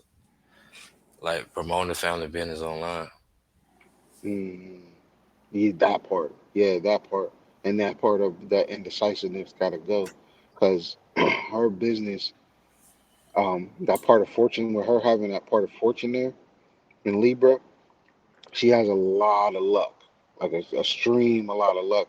It's just that, like I said, Virgos have a tendency to like be the hardest person on in the world on themselves, just as well as they could be with others, as long as those people are truthful with them.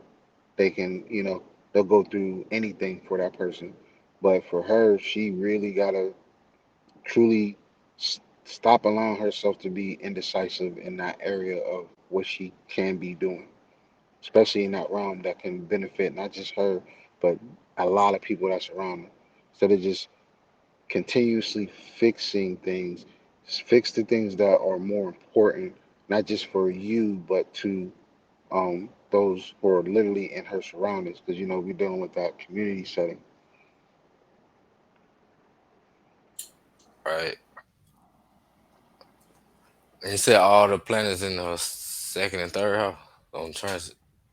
Well, yeah, from first all the way to the fourth, from first to fourth, that's all transformation. Like she's going through a whole transformation, and then she got a lot of all her was is wild. She got Uranus, Neptune, and Saturn all retrograde in all those places. Oh, so Hmm. I think that's all the retrograde. Yeah, that's only retrograde planets. So this is going to be a real nice adventure, real nice adventure for sure. But it's like she got to be more trusting within the realms of her. She got to be very trusting in herself. Because if she doesn't, then like I said, Virgos are known for a lot of that obsession with death. It's like they have an exception with death. It's weird as hell. But it's like when I say that, it's more so like they can talk about it a lot to other people. It's like, why you want to be like that? But you know, at times it's just like, don't be too hard. Like really, don't be too hard. You got one of the best individuals in life, and I love boosting ourselves. Leos, we are the prize for real, and everybody can quote me on that. We are the prize because we are walking, living Lucky Charms, and people Right, don't know that about us. But when they find out, they're gonna be like, damn, like how? Yeah, don't worry about it because God's always watching over me. That's the only thing gotta know. Other than that, I'm gonna just move how I move. And when I can do something, I'm gonna do it. If I say I ain't gonna do it, I ain't gonna do it. Don't try to push. right, Like that's one thing that I always stress to Virgos is like don't try to push ideals. Like if you, especially if you ain't got it all the way thought out. You know what I mean? right. But yeah, it's definitely gonna She be a got adventure, boy. It's gonna be an adventure. she got that North Node in the what first house? Yep. Is it? North Node and Sagittarius in the first house. It's in the 12. She got it in the 12. Yeah, she got North Node Sagittarius in the 12. So she got like something like mine's, but hers is more fiery than mine's. Like because mine's is in what you call it? Mine's is in where is mine? Mine's is in Taurus. My North Node is in Taurus. So it's like it's that part. Yeah, it's like basically that because hers is more so being more of that like the guru that she's meant to be. Like she's supposed to be like some type of guru out here. But you know, and then it's like Sag is like where all the spiritual leaders are dealing with. So it's like with her having that, it's like boom, like okay, I see how it goes. But yeah, but most of her Sag is in the first house though. Because the way that this chart is set up is, the AC's right there, and when the AC start, that's when the first house starts. You know what I mean?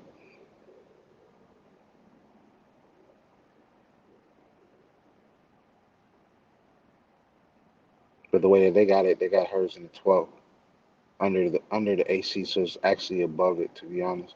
But yeah, she has that North Node Sag, so that means her South Node's in her right there at that borderline of the six and the seven.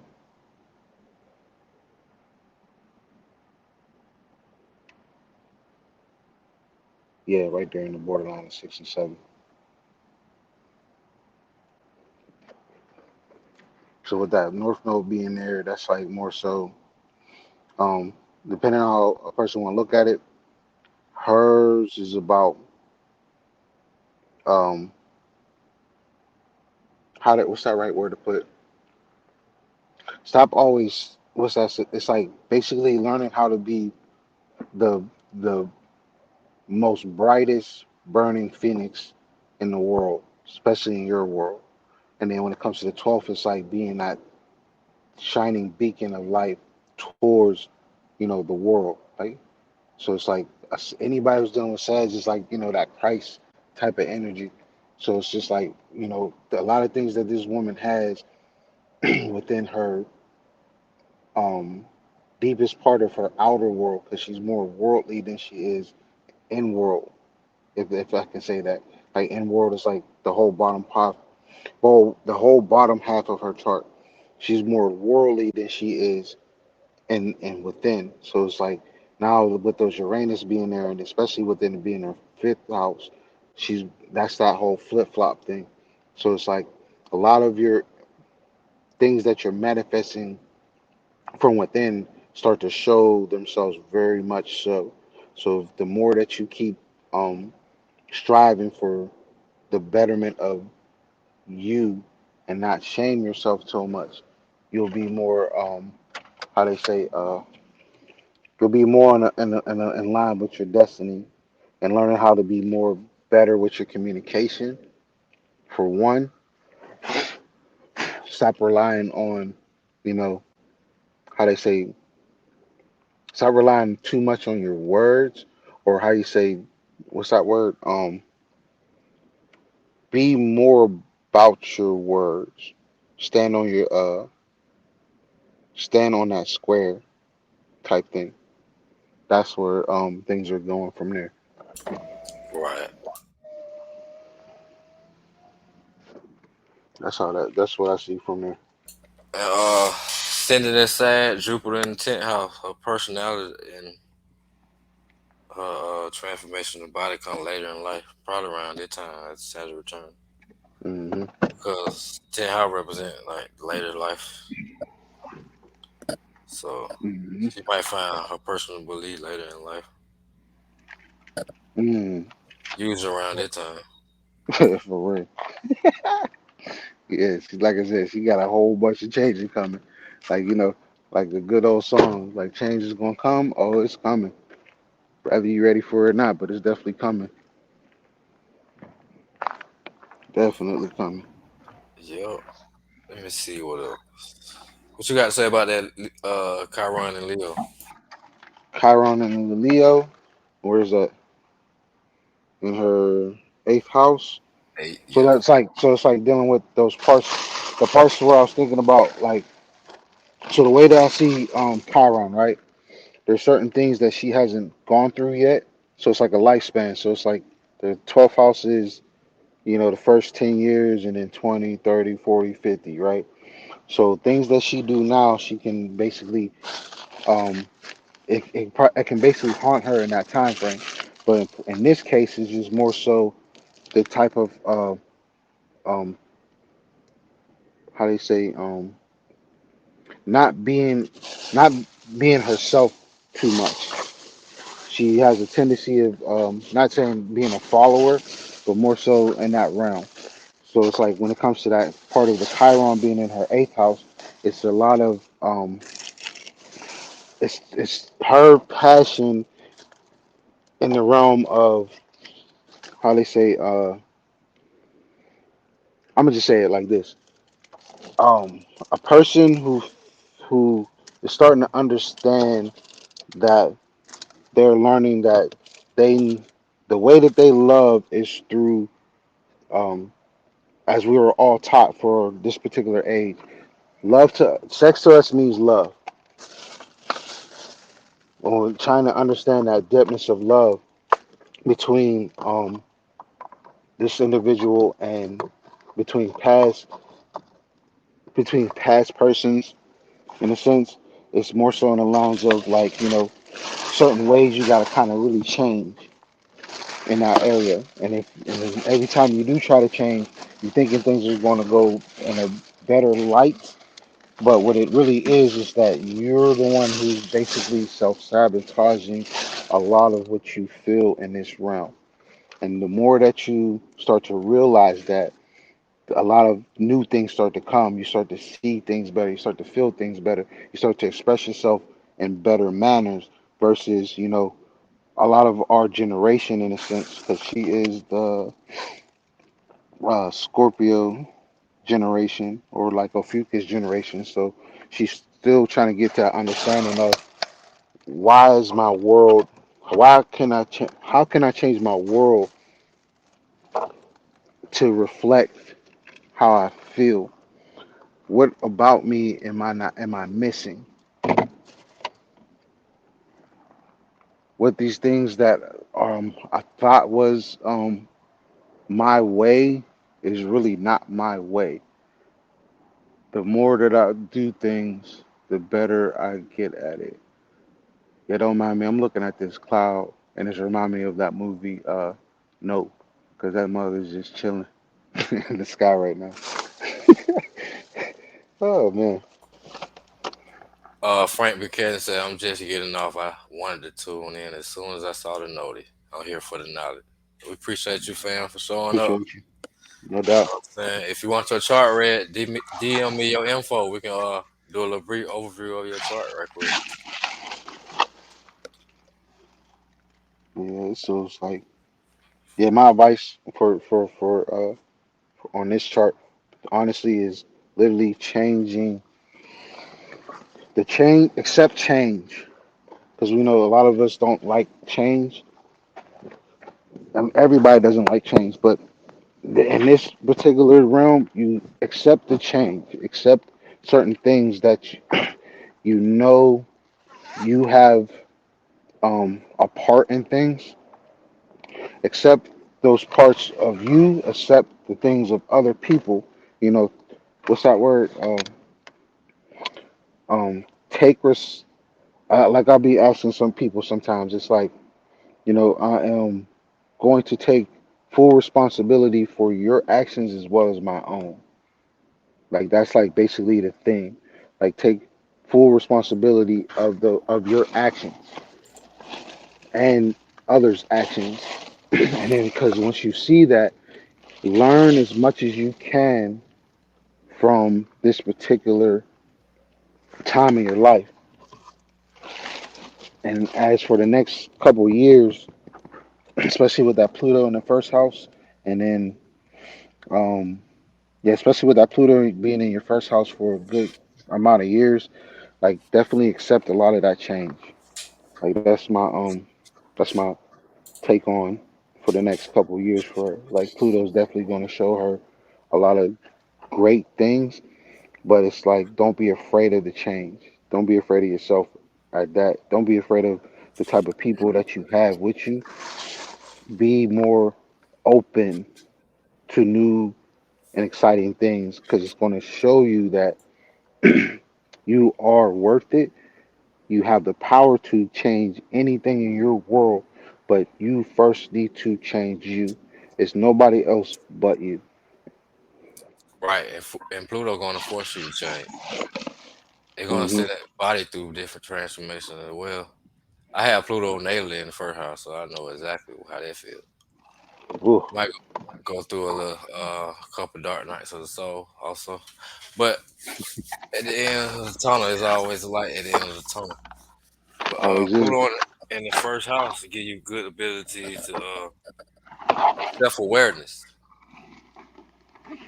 You'll become more self aware of self. Like you'll find out what needs to be done when it comes to to you. Hmm. And then your Saturn returning, so they're gonna make you more responsible about the transformation too. Hmm. And it's in Aquarius, Yeah. Which is opposite her natal Chiron. You feel me? right? And then you got what like yeah, and then the Saturn return is like boom, like things. It's like the best way that I know about dealing with Saturn return is in the realm of it's dealing with the air, right?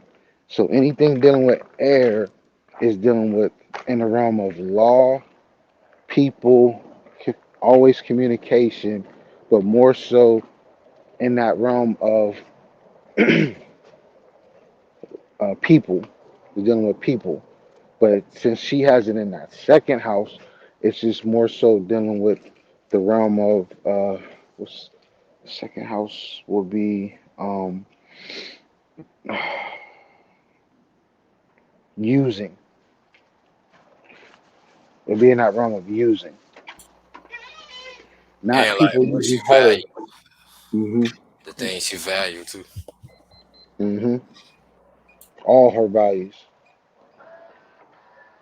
So it's like up until this point, you have made it. Congratulations to making it to the 30 club or the 27th going into 30 club. But yeah, just enjoy it, enjoy the ride. But again, the main thing that you really gotta um understand is that what you have in that Pluto, a person who like yeah, like yourself, a person who has Pluto, natal Pluto in the first house, that's like a person who has what they call be a great teacher in that realm.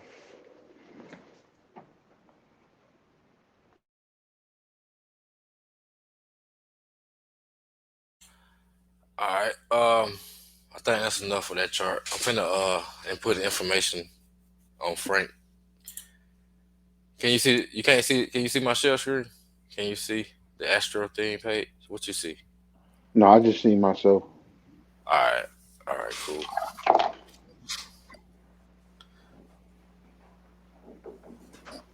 Let's see.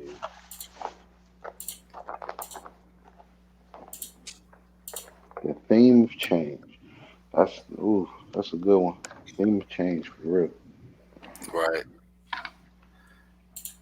Nothing wrong with a little change here now and then. Not at all.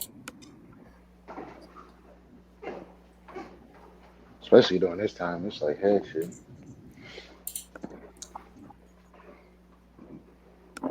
Definitely, truly needed. Truly needed.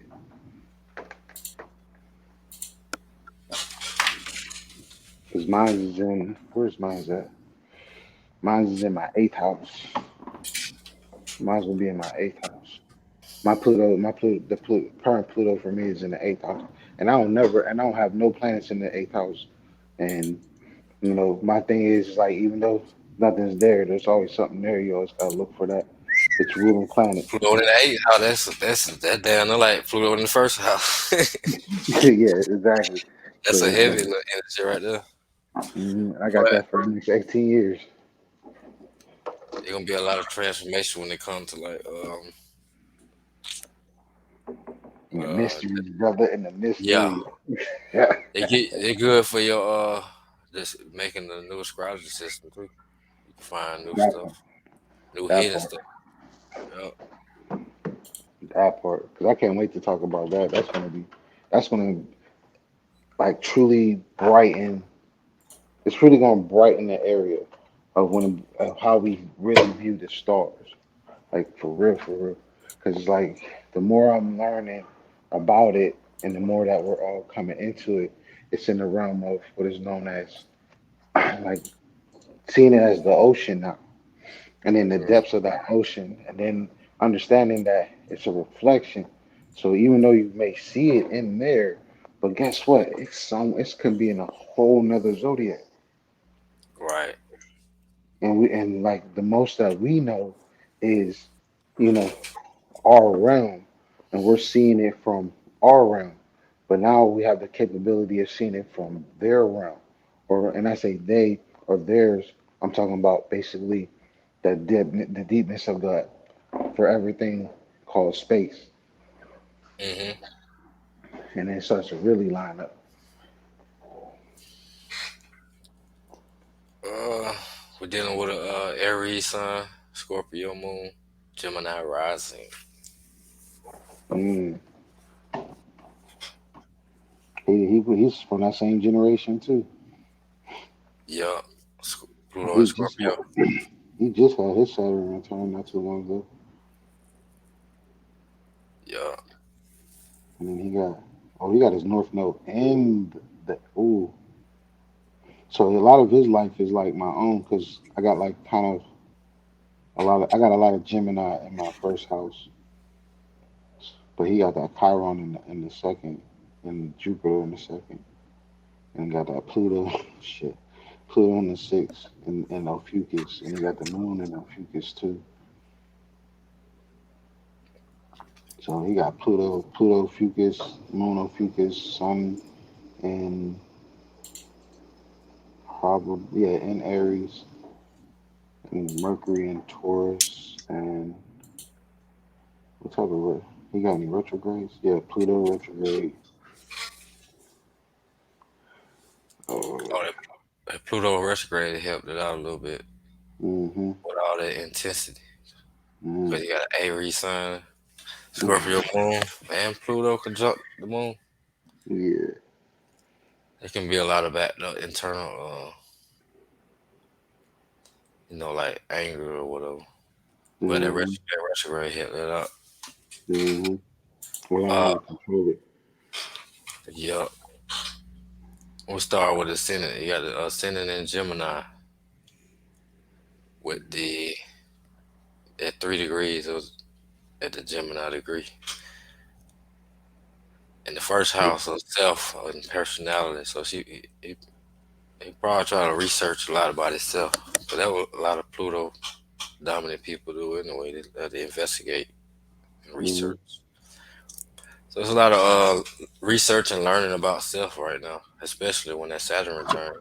He probably came into that and found the proper belief system with that Saturn in the night. Um, yes.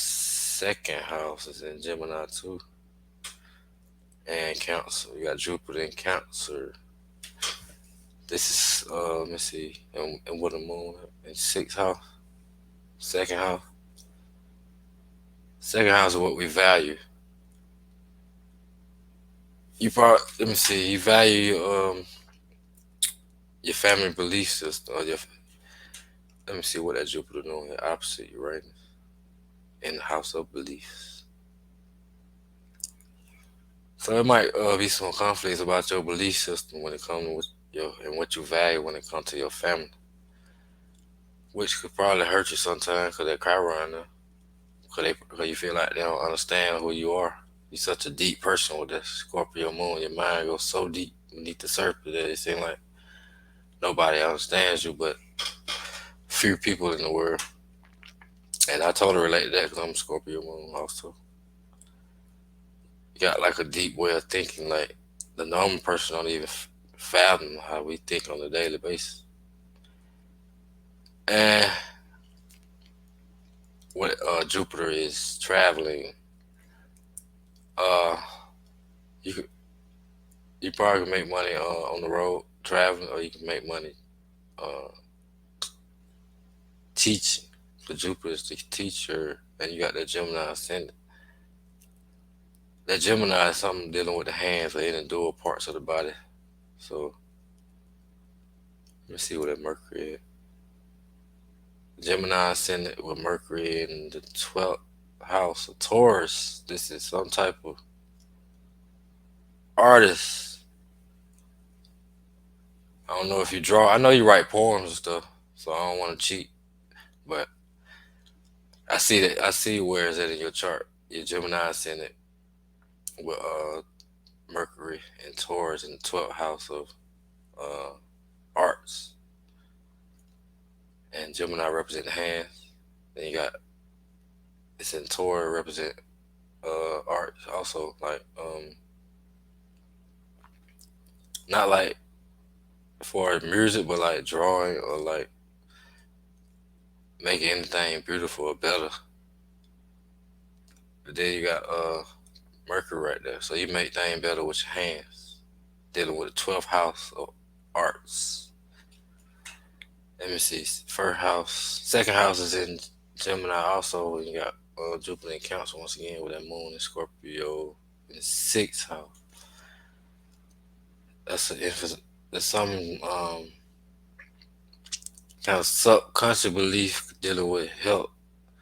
Some kind of subconscious belief dealing with daily routines. Uh,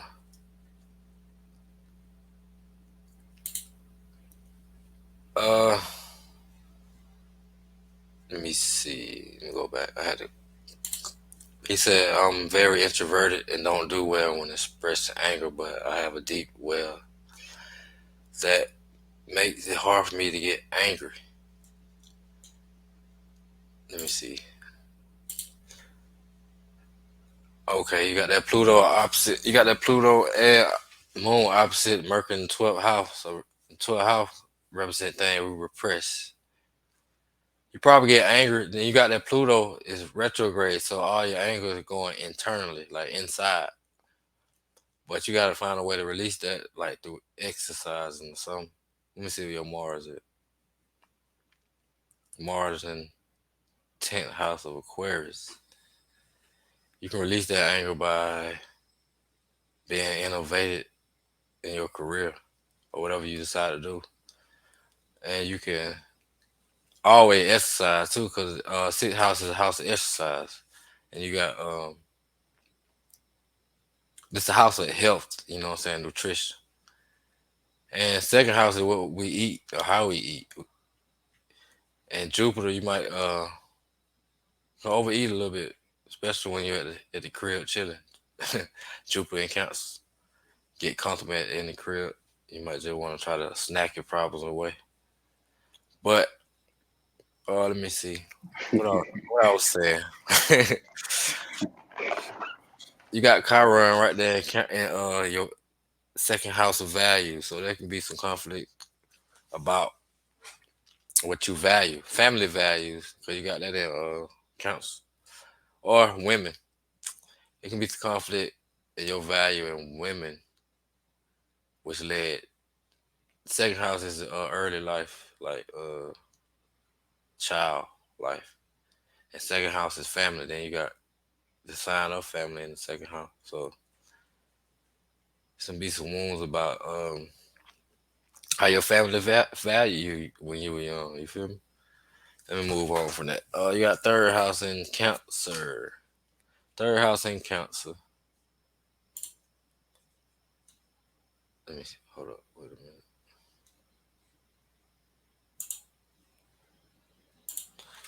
Third house is in Cancer, and you got the moon in the sixth house. So you think about your health daily. You think about your daily routine, like what I need to do today to stop feeling all this intensity, Pluto, that's inside of me. How can I release it?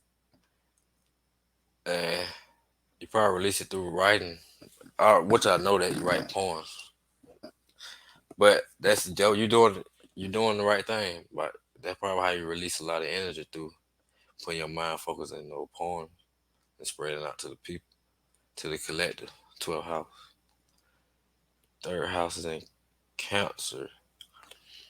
Probably think about having a family, or if you already have a family, probably thinking about how you can better your family, how you can be the leader, Leo, in the third house. Thinking about how I can lead, how I can shine, how I can stand up. And you got that's another emphasis on writing skills, Leo in the third. So, very talented when it comes to your hands. Mercury, the third house, represent the hands. Well, any dual part of the body, like hand, feet, you might be good. Yeah, you might be good with your feet too, because it's in 12th house of feet. I don't know, you might have played soccer. I know you played basketball, 'cause I played against you a couple times. But you're probably good at soccer too, because you got that Leo in the third, then you got Mercury in the 12th. Let me see. Yeah, you're probably thinking about how you can lead the family, because money could be an issue. Because you got Chiron in the second, and you got Taurus in the 12th. Taurus is the money. Second house is the money too. Let me see what the Venus doing. Venus in the 10th house, so your money gonna come later. It probably coming now since your Saturn will return. You finding ways to get more money. You know what I'm saying? And with that Pluto conjunct Moon, it probably reason why you couldn't make the money you wanted to make, because you had like some subconscious emotional conflict when it comes to women, or just people at a job here could see how it represent our jobs. And you probably could have had problem with women inside the job would affect your ability to make money how you wanted to make it. Cause you probably had no female bosses. Every job you had. It could drop that limit too. Yup. You probably had them female bosses with probably you probably don't like taking. Let me see.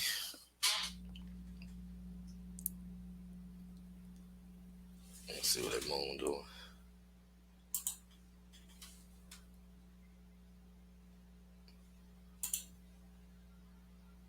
Yep, squaring that Mars in the 10th.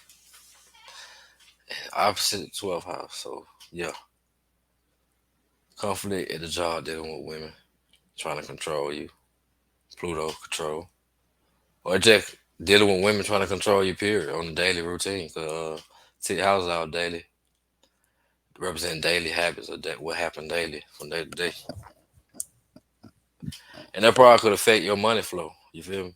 But now, as your Saturn return, you probably find ways around that. You probably learn how to deal with it, how to express your emotions more through writing. I know I'm a Scorpio moon. It's kind of hard for us to express our emotions until we just burst out with it or some shit in a very intense way. But you can write like love letter to your your girl or whatever to express your emotion better, because you're good at writing. So if you don't just want to talk about it, you can easily write about it. They'll read it and understand it the same way. Let me keep going. Uranus in the ninth, a sudden change of your person. No, what it is? Eight. Uranus conjunct Neptune in ninth house. Sudden change of career, dealing with confusion. Be some confusion around having to control eighth house of your career, Capricorn, and it be sudden change. Uranus would cause confusion. Neptune, but you're very compassionate. You got like a hidden compassionate, because the eighth house is hidden. And Neptune is compassion. You got compassion, but you probably just don't show it. Like I just said, Scorpio moon. But you are very compassionate with that. You deep with it. You're so deep that it might seem crazy to other people how much you kind of care. Then you got Venus and Pisces. Yeah, it might seem kind of crazy to other people how much you care deep down inside. But you gotta let it out. Even though it's in Pisces, you want to communicate like telepathically. You gotta verbally say it or just write it down. People understand you, boy. Uh, Saturn in ninth house in Capricorn. So that's your Saturn return that came around in Capricorn ninth house. 24 degrees. They're gonna be Pisces degrees. So you probably found your spiritual belief when your Saturn had returned. Probably found your higher self, the ninth house is the higher self or the house of God, the higher self. You probably found your higher self or your spiritual belief when your Saturn came about in return. It made you more responsible about what you need to believe in, even though it took a long time, Capricorn. But you finally found something to believe in. And what is that? Let me see. Everything in Capricorn, you got Uranus in Saturn in Capricorn. Uranus in the eighth house, so you probably found a belief system dealing with the occult, astrology, anything eighth house related. Uh, North Node in the ninth. Your life direction is headed towards your higher purpose, higher learning. Probably could have had trouble trying to go to college or something with that Saturn right there. But you can do it now if you want to. If you already done it, then you probably just not completing it. But you that North Node right there, you can't focus on your personal belief system, your higher self, higher learning, higher law. Like he said, I like Christ energy right there. Your purpose is to go toward that Christ energy. Mars in the tenth house in Aquarius. They give you drive and ambition and make you wanna fight for your career. You know what I'm saying? Like I'm gonna do whatever I gotta do to make it. And they're gonna be dealing with something innovative like the internet or larger group of people. Or just dealing with friends. You probably found a job through your friend that elevated your career. Venus and Pisces, once again, sensitive, very sensitive placement right here. But it's in the 10th house, so it's gonna be a little restricted. You know what I'm saying? Your money come later.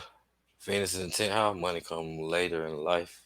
Like I said, your Saturn return, you probably find a way to make money on the daily routine. You got that Venus at 6 degrees of daily routine and health. Your money come when you health get better, or your health get better when your money come, type of shit like that. Or that can just be like a relationship with older people that's spiritual, very spiritual. Because Pisces spiritual, 10th house is older people or later on in life or restriction or delays. Move on to Aries, 22 degrees. That yeah, that's 10th house again. Yep. So like once again, you got the drive and ambition to work toward what you want to be or what you want your reputation to be. You got some kind of effects dealing with your reputation and respect. Oh, I just seen your what's it called? He said, "Yeah, that's how it's been. I know too many controlling women with masculine energy. Yeah, I understand them and feel compassion. Yup, Because it got to get the gab. That's why. right, right, right. That's Uh, why. let me see. I'm going to read the last one. Aries, 22 degrees. So you're a born leader, bro. You're a born leader. When you take the lead, that when you find yourself in large group of people, network of people. 11 house is a house of networking. So when you take the lead, you find yourself networking with people that similar to yourself and have similar belief because it's squaring like Saturn night house. Yeah, your personal ego gonna come out later in life too. You know your ability to shine and just be like, fuck how everybody feel. I'm gonna do me. That probably came after your Saturn return. And Mercury in the 12th house, they're gonna be receiving download through your dreams, bro. You probably go to sleep and wake up like, yeah, I dreamed about what I'm about to write about. You know, you probably had a dream about what you about to write. You probably study in your dreams and shit. You get information through your dream. So if you want to know something, just ask yourself a question and go to sleep and wake up with the answer. Swear, swear. He said, "I'm curious to who's my chart ruler is." Mercury. It's like this. You have depending on the placements, it's either between Venus or Mercury. Who's my chart ruler? I am in tune with myself and expanding my self-expression and self-awareness. That what's up, fam? And he said I had countless conversations with sages in my dream. Right? You the dreamers of dreamers, bro. You got that Venus in Pisces, and you got that Mercury in the 12th house. What a Neptune doing? Neptune in the 8th house? Yeah. Oh yeah, he's getting them downloads Yeah, for you sure. probably, He yeah. definitely is. Whatever you need to know, just ask yourself, be like, damn, what I need to know before I go to sleep, you going to wake up with the answer, bro. Trust me. And what, let me see. All I can say is stay away from Capricorn women. Oh, yeah. Let me see. It look like you see spirits or something with it. All this Neptune and goddamn Scorpio energy. You probably been visited by a spirit. I don't know if it's through your dreams or personally, but you done been visited by something that most people don't even know or understand what the hell you talking about. Makes you wonder. Have you had dreams of a type of woman? It's like a specific woman. She's either light skinned or she got locks or she's in yellow.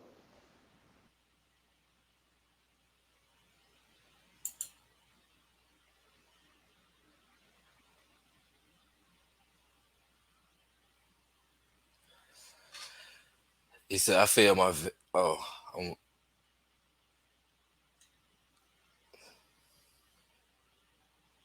he said, I feel my Venus energy strongly, but my Scorpio is intense. My need to express myself is excessive some days.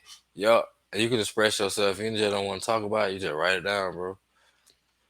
Write it down, like, like how we do it in elementary. Facts, facts. That's how you supposed to do it every uh, time.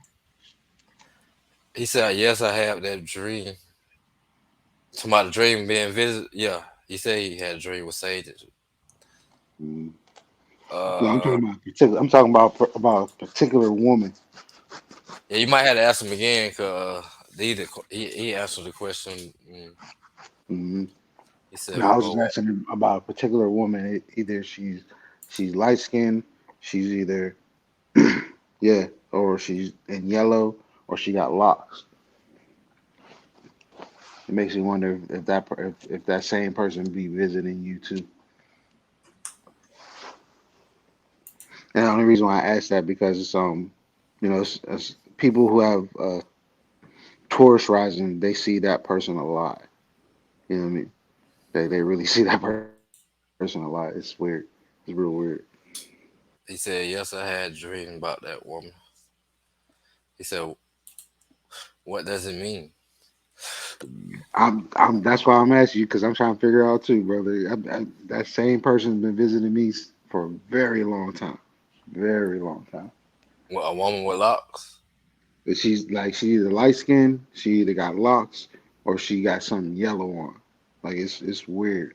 And I've been asking a lot of people who's Taurus rising for real, because it's like I'm trying to figure out what the connection is. Because if I'm in my way of saying it is like am I crazy?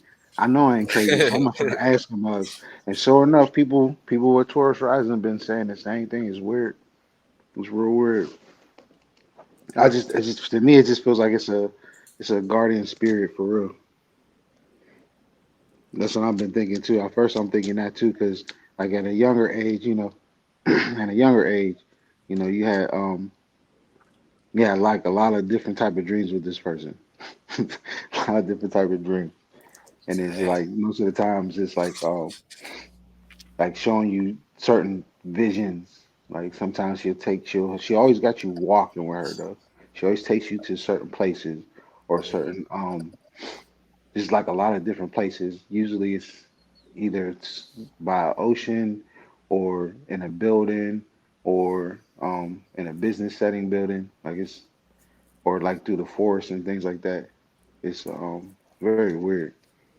I just Dang. wanted I just wanted to ask him. It's some kind of divine feminine energy, ain't Yeah, it? yeah.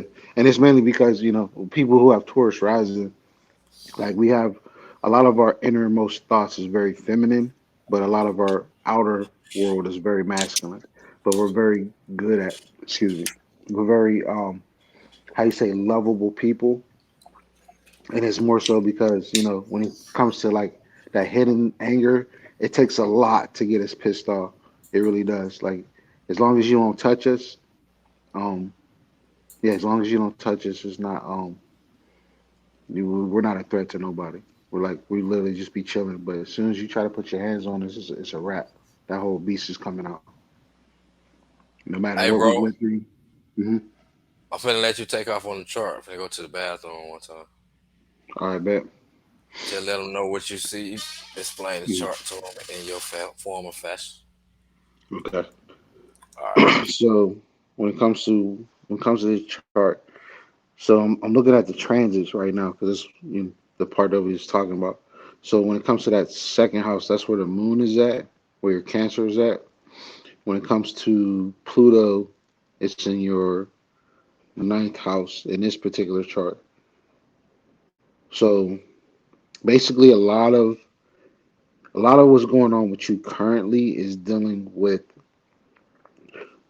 transformation of your physical realm. Since you don't have a lot of planets in your inner world, which is basically your what is that? Your third house, fourth house, fifth house, sixth house. So when it comes to your sixth house is not activated. But with um, this whole Mars things for you, with it being in Gemini, a lot of what's going on with you is like you're being pushed to do a lot more than what you usually do. Like you're starting to get more on how they say you're starting to see the your path in a sense, or you're seeing that certain changes that you got to be, or you're being called to doing a lot of stuff. You're moving around a lot more than you have in a long time, or you're in a continuously path of continuous work. When it comes to the other parts of your world, it's just more so settling with newfound information that you've been giving yourself, trying to change certain aspects of your life for the betterment, more so in different what's that word, in different scenarios, trying to be more of the best version of yourself, is like basically more so the theme right now for yourself. And then what you have in all those planets, just like the the chart that was from before, with you, a lot of your planets went direct when you were born. So the changes for you is going to be a little bit different, especially with you going through your Saturn return not too long ago. And then with that whole North Node thing going on in your ninth house. But it's, I would think it would be like part of Aquarius and Capricorn, to be honest. So it's like a lot of what you're feeling and a lot of what you're doing currently is more so in the realm of trusting you, because a lot of the trust issues that you may have or how you would see people in that sense, you got to kind of like, you know, be more open than you usually are on a daily basis. The more you become open, the more that you expand yourself, especially in the realm of knowledge. Just like everybody has this thing where we're literally going through some type of transformation. Like the last chart was basically a huge transformation itself. For you, it's the huge amount of transformation in your realm of how you say um, secrets, more so in the realm of secrets. A lot of different things are coming your way very soon, and then it's all about how you want to take it. And then since you have that Pluto going into that Capricorn part of your chart, you got to be very mindful to reflect on things that happened maybe 4 years ago. And then on top of that, the things that happened with, with all of us dealing with the whole shutdown and things of that nature, recovering from that, recovering from that mental aspect of it too, and then what you have in, your son right there in the 11th house, you got to be more mindful about the people that you keep involving yourself with. You can let go when need to be. There's no reason for you to hold on to certain parts of the world that you should no longer be in. It's sometimes it's hard to accept it because you are what they call a cardinal sign, and then with you being a cardinal sign, in a sense, that's like almost like a mutable. You got to be more understanding about your most inner chaos and the type of chaos that you might are not excuse me are not aware that you bring to others. And then when it comes to the realm of your friends, and just like I said earlier, it's that understanding of you treat your friends like they're acquaintances and your acquaintances like they're your friends. You need to really sort out who is for you and literally just stick with them. Outside of that, don't how you say don't be too um direct unless need be. Is sometimes it's good to let go of a lot of the things that you were dealing with, especially in your early age when it comes to the how you say the mental abuse in a sense. But as long as you keep striving for what you're doing, keep moving as much as possible. I'll try to make sure that your health is intact in a lot of parts when it comes to like what the brother was saying about exercising. Like for you specifically, you need to literally be very mindful of your health, especially your sexual health at that. Um, Definitely with your partners too. You got to be very mindful of that. Um, don't try to get tricked by your egotistical ways at time. Because we all do have that ego side. For you, it's just more so allow it out at times, but don't be so closed off. For you to be a person with the sun on the outside chart, you are very, how you say, outgoing, but you're reverting to that, how they say, um, reverting back in. And the more that you keep reverting in, all you're doing is causing chaos with the energy within your body.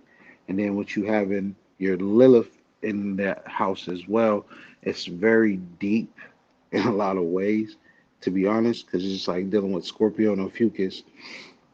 And then what you have in that Lilith there, you gotta kind of basically be very mindful and how they say, um, be comfortable of your skin, but don't be so harsh in that realm either.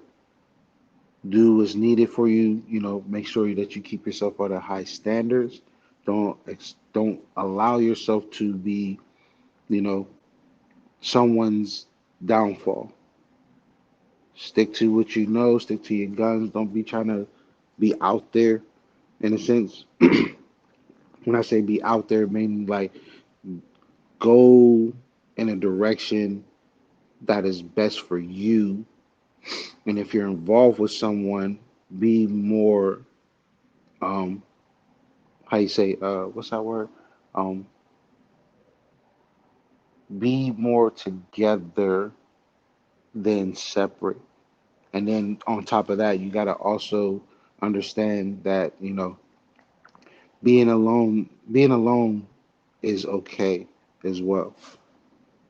So when it comes to like your biggest issue, going off of this chart, your one of your biggest issues is dealing with, you know, your the way that you value your thoughts, the way that you put things in place. Your possessions or more of what you are about. You know, your attention span is maybe all over the place at times too. So it's like it's about, you know, coming from the young man into the man, and from the man to the young child who is the elder, going into that transition. This particular transition for you is more so your whole entire physical universe. A lot of that is what's being highlighted, especially that from the people that you involve yourself to, you know, the type of work atmosphere that you're in, the type of community setting when it comes to what information that you get. It's time for you to start looking for your people.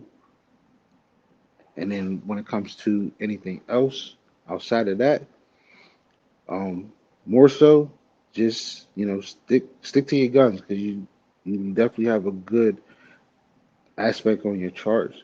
But when it comes to being a slave to your possessions, that's the part that you probably need to work on from just me looking at it.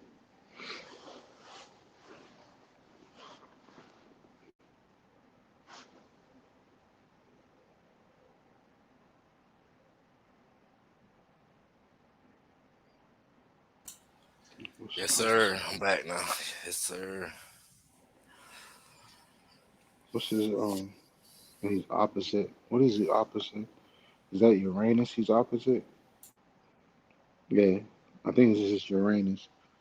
Oh yeah, and then my advice to you too, brother, is like, you know, nothing against nothing against Capricorns, but you do not need to be with a Capricorn, dude. If you are with a Capricorn, I'm sorry to tell you, um, good luck, brother. Good luck, because if you enjoy chaos just like that person enjoys chaos, you know, I'm all for it. But I recommend you not. I recommend for you specifically, with you having a Taurus rising, Gemini rising, Capricorns is your worst enemy, dude. Especially the women Capricorns are your worst enemy. Like you're better off as work associates or associates. When it comes to romantically, that is the worst thing you can ever be in a relationship with.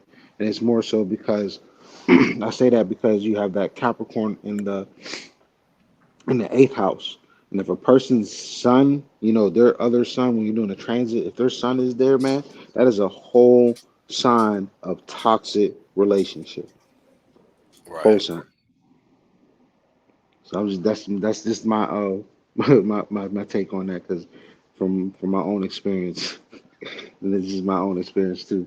And then I'm a Leo, so but Leos and Capricorns are like how you say the how you say the power couple. But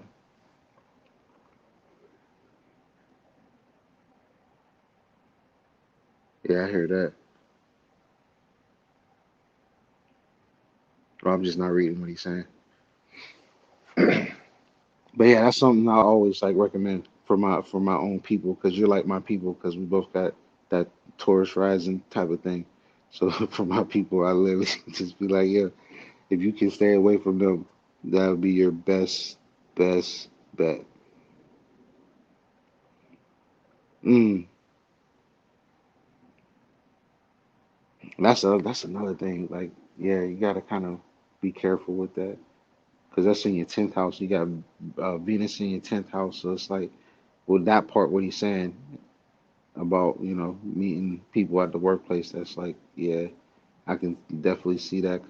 But if you're going off of your issues in life, it's between your 12th and your 10th house, your career or your stability within your spiritual settings.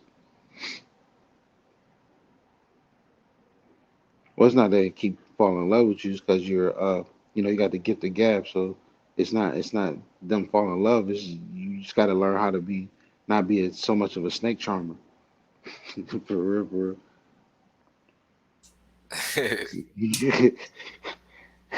For real, like you gotta kind of be the snake charmer because that's what gets you in trouble all the time. For real, for real. Because Did he say his ex was a Capricorn? no, I he think says so. his ex he met at work. I think. No, I'm just saying his thing is like he always his relationships are always through his career. Yeah, it's just because you got that Leo in the third house. That's a snake charmer. Oh, he said ex a Scorpio. Oh, that's That's well, I can see that. yeah. I can see that. That's you know, that's you can't She you can't put two possessive people together. That's all I can say. right. Two Like controlling people too, right? it's two controlling people. Yeah, yeah. Like and then one's more changeable than the other one. It makes you wonder: do you drive for a living, or not even drive for a living, but do you like stay mobile all the time? Well, yeah, I can see you always at work for sure. That's a fact. Usually, people who have Taurus rising, they're always working, always on the move. 6 years. That's not bad. That's not bad at all. And then you look at it because it's like you see where his son is at. His son is in that 11th, right? Yeah, his son is in the 11th. So if you look where Scorpio's at, and that's where her son would be at. So it's like you know, y'all being too much of a slave to each other.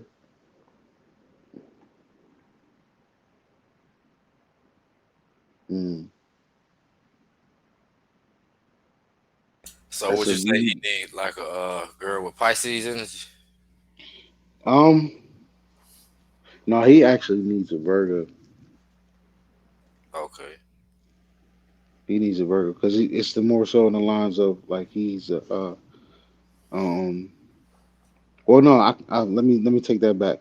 First and foremost, that word trying needs to go. But for my recommendations, it would be you need either a Gemini, a Sag, or a Cancer,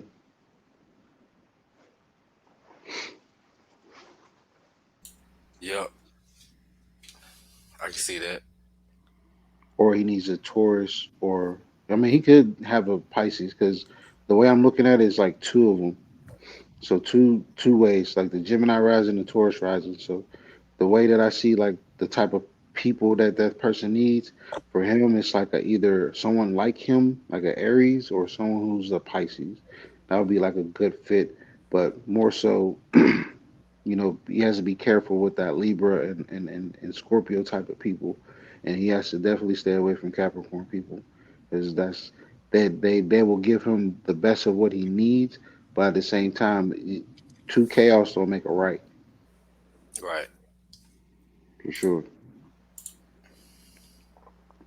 Now, one of them's probably a Leo, or probably both of them is a Leo. To be honest, I can honestly say that when it comes to that Virgo, because if that person's born in September, 16th and on, then they're Virgo. But if they're within that first week of September into early August, they're whole Leo. Hmm. And then those two people are pretty much Pisces, but um, that's a good fit though. Okay. But the way that I help people understand when it comes to that compatibility part, it's you got to take the main three. Don't worry about the other planets. You got to understand the body chemistry, the soul chemistry, and the moon chemistry. You see those three placements in the chart, you can understand how toxic it can be, how good it can be, and then what is it that each other can learn, especially when it's dealing with the moon.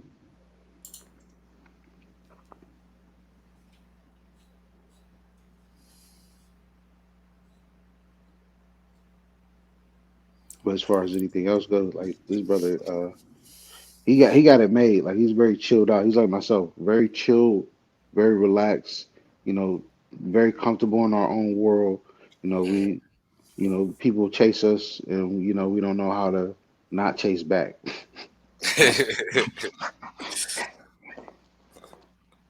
Like a good friend of mine would say, she would say, like the dog with the pink thing hanging out. That's a very good analogy. And then yeah, if she yeah, if you put was it Christina, if you put your send your nail info to Elmore and you draw your chart up and see what's going on in your chart. Yeah, she sent it to me. I'm about to put it in now. Let me try to hide it right quick. Hmm. But yeah, but for the brother, my advice to you, if you're still here, is go with the don't fight the current that's coming. Flow with it. Don't fight against it, because a lot of it's going to lead you to where you truly need to be in life. Pay attention to a lot of your dreams. Write them down. Get you a dream journal. Get you a some what's that thing called? Get you an amethyst crystal too, and like put that amethyst crystal in your bedroom, or like on a like if you collect swords or if you collect any type of collection. Like if you can get yourself a amethyst and a rose quartz, put that mug there. Put the amethyst in your car, and put the rose quartz in your bedroom, or somewhere where you can see. Also, make sure to get you a earth shrine. A earth shrine is basically where you make a shrine in a sense, and you put an incense holder out there. Anytime you come into your house, make sure you light an incense before you go in, so you can start to get the understanding of clearing the energy that you may or may not have brought into your home. That'll be my recommendation for you, for real, for real.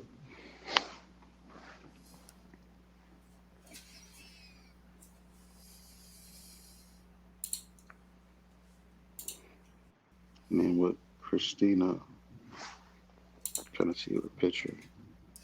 Yeah, we appreciate you too, bro, for coming through, man. Mm, Participating with us so we can goddamn better our astrology skills. You feel me?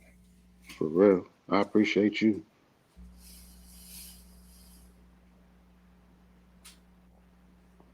Definitely appreciate you. Definitely thank you for still sitting with us, for real, for real. But yeah, man, the that whole woman in the dream. Like, if you got more information on her, please make a book about it. I want to know who this person is. I don't know her name. I just know what she looked like. That's it. She's a very interesting person in my dream. Very interesting person. So she looked like a Leo rising or a Scorpio rising. Yep, Scorpio Yeah, she's a rise. Scorpio rising. Yeah, she is a Scorpio rising. I'll let you take off first on this, I guess. Ugh. Yeah, so she's a Scorpio rising, Capricorn, maybe, yeah, Capricorn sun, um, Mars and Mercury. But in this chart, she's a Scorpio rising, or Fucus Scorpio rising, Aquarius sun, and that's not Pisces, that's a Cancer moon. What's up with people in this Cancer moon?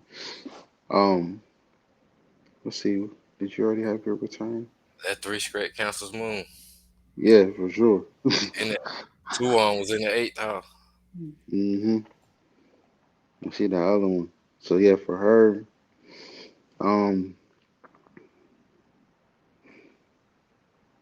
she's a very rebellious type of person with the very in-depth thinker. Um, truly loves what she does when she's into it. She knows how to be very logical with her words. She's very educated in her words. Makes me wonder what type of business she's in. She's either in something that's dealing with almost like in the realm of um, she works. I want to say she works. She had a desk job. I want to say she works at like a desk job. Um, how many retrograde planets you got? One, two. Um, I appreciate that. Please do. Retrograde planets is just the two. So she got Leo, Jupiter, Saturn. She got that South Node Pisces, North Node Virgo, Taurus with the Chiron in the sixth house, seventh house. So my thing with you is more so another person who is, how they say, her friends are her weaknesses. Her friends are her weaknesses as well. When it comes to like people using her, like people, like she in her mind she thinks she's helping out, but and other times it's more so people are using her, and then she's I don't want to say a runaway, but you definitely run away, especially if you start to get that connection of what is known as feelings, and then it's like she wants to have a lot, she craves a lot, she definitely sees a lot of parts of her life, but she's very much an introvert type of person, very introverted. When it comes to your second house, you are definitely uh, jack of all trades when it comes to business. Definitely a passion, very passionate about what she does in a lot of areas, but she also has a lot of trouble when it comes to, and especially in that realm of creating. Like she can create, but she kind of second guesses it a lot. And then it's like when it comes to wanting to whatever you're trying to do with yourself, you got to be more confident because it's like it's not always good to how you say um throw a tantrum when you can't get things your way. When it comes to that moon in that eighth house, that's kind of like being a being everybody's Miss Mommy. Like you got the Miss Mommy attitude type of thing. And then with that Chiron in that six, that's like you're still healing from a lot of past life, what they call past life regressions in a sense. So for her, it's more so it's in depth. So like she's like how you say the reverse flip of me, because you see how she has Taurus in the descendant and Scorpio in the ascendant. So she's like we're like night and day. And then with her having that Aquarius sun, we're literally night and day. We both got water moons. Mine's is a Pisces. She's a Cancer. So it's like hers is more so. mm, And then it's like, yeah, so she's like, the opposite of me. So she's like, all the good things that happen to me or bad things that happen to her, and all good things that happen to her or bad things to me. So it's like our worlds are basically opposite or inverted, or we're like two sides of a coin type of thing, or the same coin.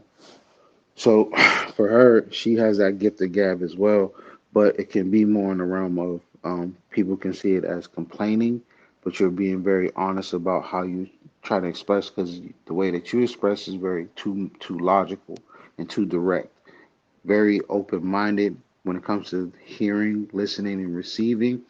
But you also are the type of person that you'll take the information, but it'll take a while for you to just basically actually do what a person is asking you to do.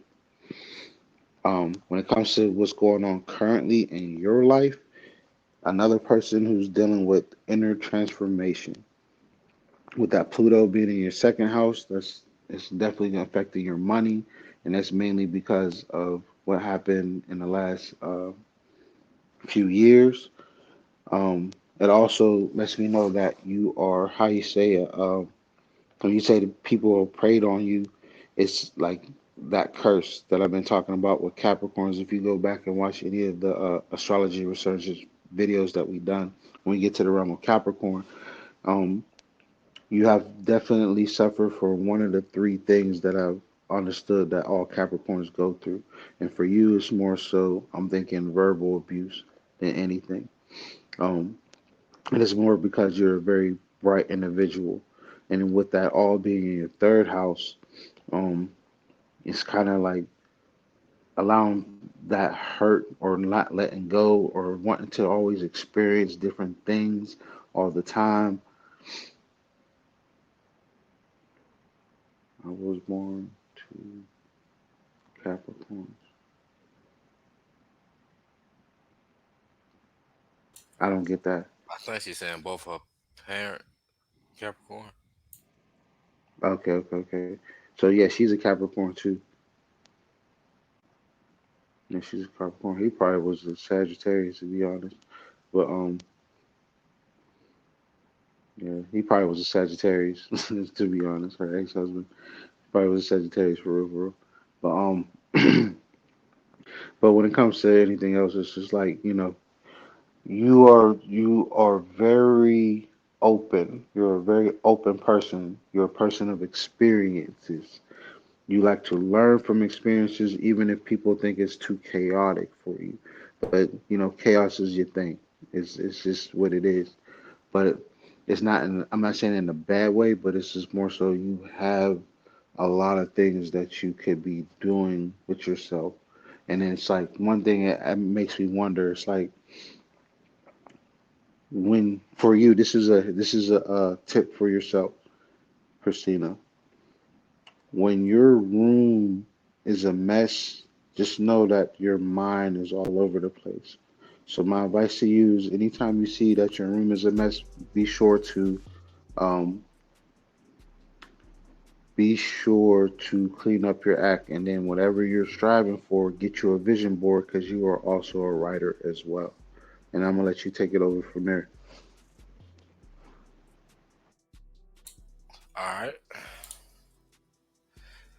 I'm just gonna go through the planets, through the houses. First of all, you're Capricorn ascendant at the 18th degree. I mean, not Capricorn, now I'm tripping. Scorpio ascendant at the 18th degree. So Scorpio ascendant go through a lot of abuse. You know what I'm saying? And it's on your ascendant. That can be physical abuse also. And the ascendant is squaring at Mars, Mercury, and Sun in the third house. Yeah, furthermore represent physical abuse. Uh, Scorpio's ascendant come off as reserved people, come off as somebody that's very secretive. And even though you probably not like that, that would probably make you rebel with that Uranus in the first. You like a natural rebel. Because the Scorpio ascendant don't want to be controlled by nobody. And that can cause a problem with make people verbally or physical abuse you because they think you're holding shit in. They're saying like since you don't fully express yourself like that well in a relationship, they feel like you're holding back and you keeping secrets from them. Which can and Scorpio ascendant attract jealousy people jealous people. They can make them real like jealous of you. which cause abuse also. So Scorpio rising been through there, up there, down there, whichever way you want to go. We've been through there a lot. You know what I'm saying? I relate Scorpio ascendant because I got uh Pluto and Scorpio in the first house. So the abuse is real when it comes to that Scorpio ascendant. And you got Uranus in the first. You're a natural rebel, but try not to be a rebel without a cause. You know what I'm saying? You probably rebel against people by the way you think. You probably think people don't think like you because you're such an innovative thinker. Would call you to rebel against people, and probably you don't mind expressing your mind, even if it's harsh, because you got that Mars in the third house, like I do. You real blunt, like you don't mind telling people how you feel. Uh, we got Sag in the second house, Neptune with Venus in Capricorn. Uh, Neptune gonna bring a little confusion around that Venus, even though Venus in the second house attract money, but that Neptune can make it where you lose a lot of money too. You probably get a lot of money and lose it right the next day, or you probably spend it. Watch your spending habit with that Venus in the second house. You like to spend money on product beauty products. It's in Capricorn, so you might want to. You should probably spend money toward. Let me see what is Saturn at. Towards your image, which is like buying like makeup and stuff like that, beauty products or whatever. Uh, you got Mars in the third house of hands. Probably done been in a lot of fights. Mars in the third house, don't hurt nobody. Mars conjunct Mercury, which is hands again, which more signifies fights or verbal fights. Uh, let me see what the comments say.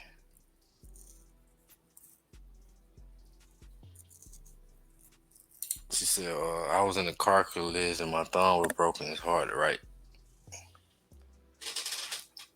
I can see that too. Yeah. Cause Mercury also like well you got Uranus in the first, so they're gonna be accident dealing with your body.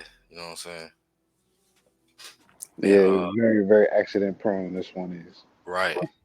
And it's in Scorpio degree. With put more emphasis on that Scorpio rising. So you can rebel about probably your sexual life. Probably went through sudden changes because you probably been hurt so many times by uh people not understanding the way you think and how you communicate so bluntly. So you feel like nobody got it worth your time for real because they don't understand you. Like most Scorpio rising feel misunderstood. She's always in her head. Right. And she in her head and it coming out too with that Mars right there. Mars gonna make sure it come out. Uh, Mars in the third once again. Uh, that showed the accident too with your thumb because third house represent your dual parts of your body, which is your hands and your arms, your legs. So you probably got scars on your hands, arms, or leg, or all of them. Uh,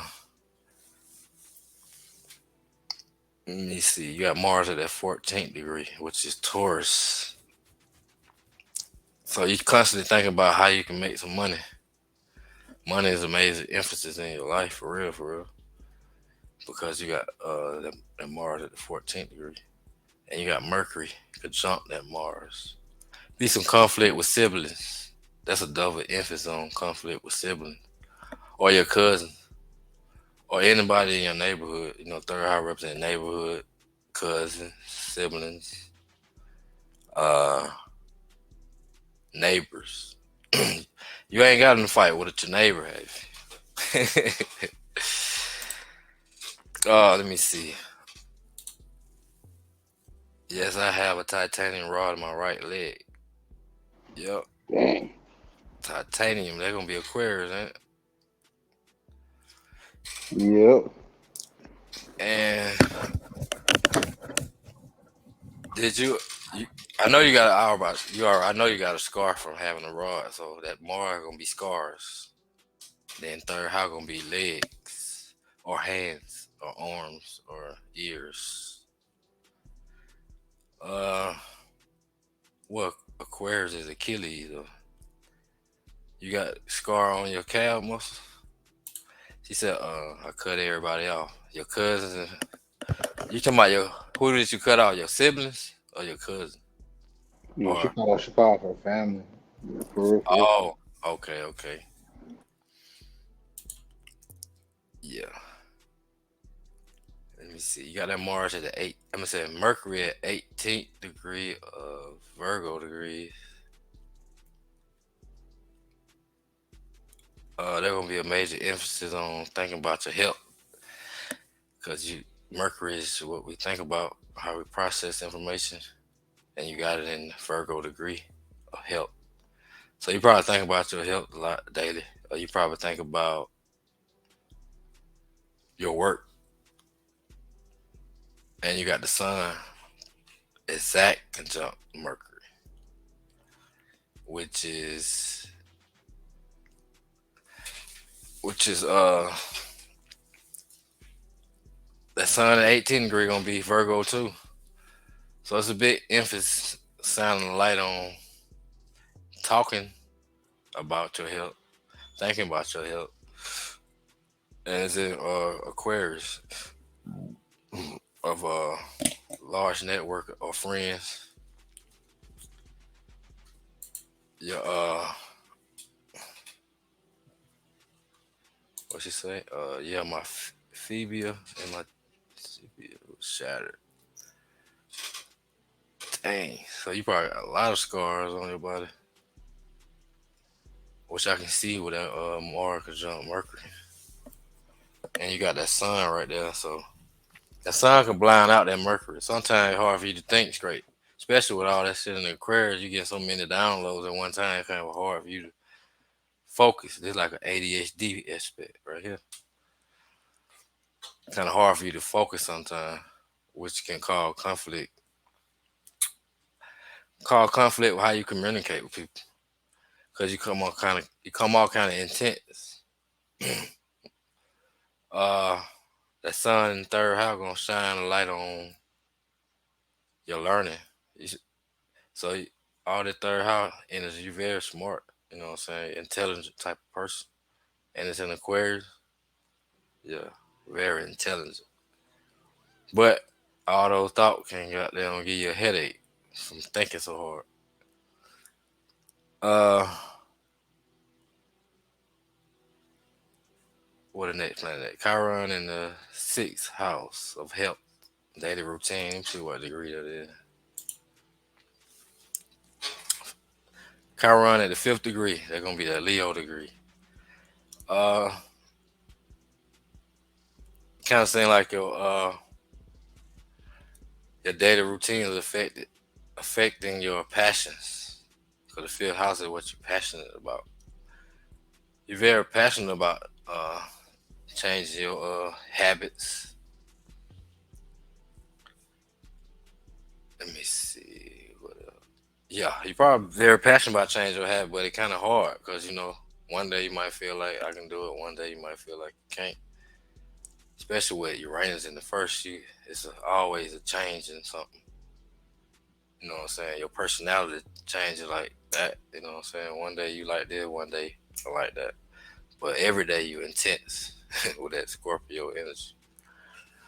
And let me go to that. You got that Cancer moon, which is like the Scorpio moon in Cancer. So they're like then they the moon opposite Venus. There's some kind of difficult relationship dealing with the mother or the family. Probably uh, dealing with some money issues or something like that. Just the relationship period. Cause Venus is a relationship. Moon gonna represent the feminine aspect, which could be the mother, and the moon is also your body because you're a female. So there's gonna be some confusion around about how you value yourself when it comes to establishing the family. Let me see. But you're very nurturing though. You deep. You deep. You're a deep thinker. That moon is at 7 degrees.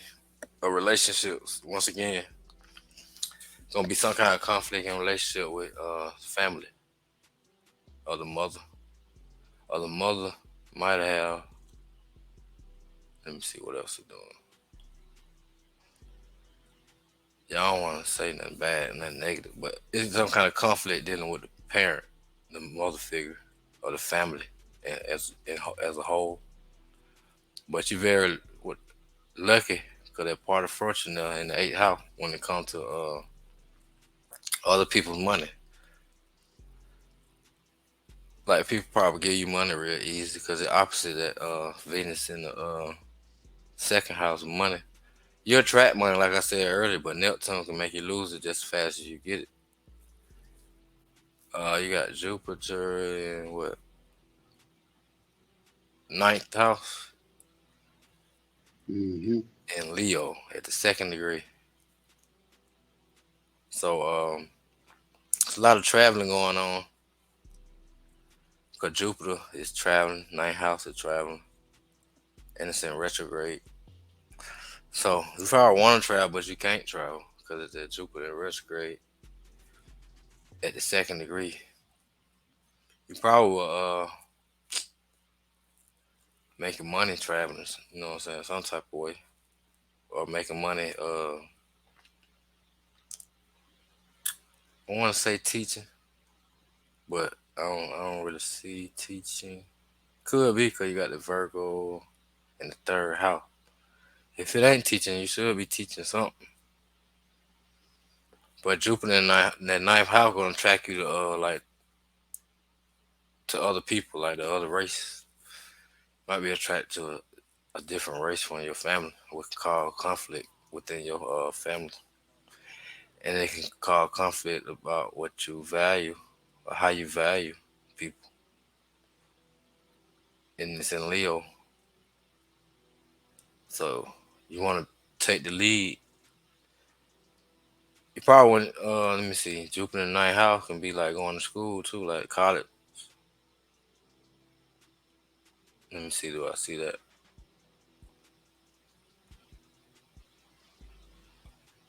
Yeah, I can see a little bit of college. You probably didn't finish. Or if you didn't go, you probably want to go. Let me see. Yeah, I'm trying to be a millionaire, but I'm always sleepy because I can't sleep at night. They're gonna be that Neptune in a second. Neptune in a second, and Scorpio rising. You probably can't sleep at night because you got so many thoughts. Like once you know what I'm saying. Even though you sleep, if you still thinking while you sleeping, you still gonna be tired. You gotta rest the mind and have a rested body. You feel me? So if you got all these thoughts and these downloads going, that affect your sleep. Yeah, I try to save everybody, but that leads to my downfall. And she said, I trade Forex. I can see that with all that Aquarius energy in the third. And you got that Pluto in the 11th. And the moon in the 8th. So they're going to make you good with other people's money. Or good at investing. Let me see. Got that Saturn retrograde in the 10th house at the 12th degree, Pisces. So that's gonna be You being critical about your career.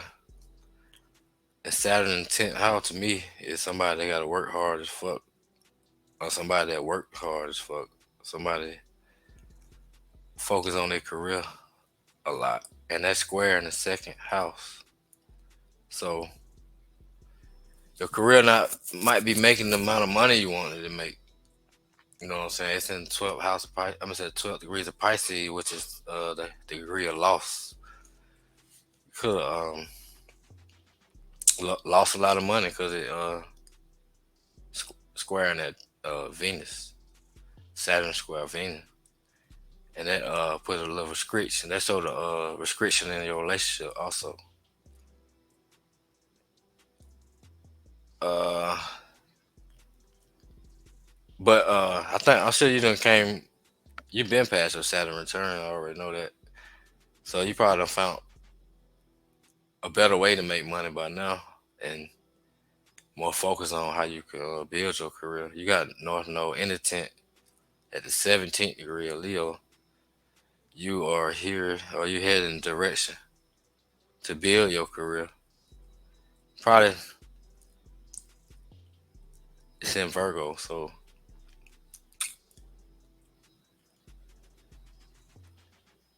I want to say the health field. Let me see. But you could have a career in the health field with that Saturn in Virgo, Saturn in the 10th square in that Venus. Then you got that Pluto in the 11th. They're gonna be friends. What that at 19 degrees? They're gonna be Libra again. So they're gonna be like abusive relationship right there. Abusive relationship Hmm. when it comes to trying to be the peacemaker in your relationship. But you're the peacemaker when it comes to your friend. And your friend probably could have got you in a lot of shit too with that Pluto in the 11th house. You probably got in trouble or you probably uh well they making a lot of trying to set time though. But still, whatever Pluto touch it affect. So it look like you probably got a lot of conflict with friends. So you got that don't forget you got that Mars and Aquarius. Then you got Pluto in the 11th house. Seem like fights with friends over communication, miscommunication. And you got Scorpio rise. Well, man, you've been through a lot.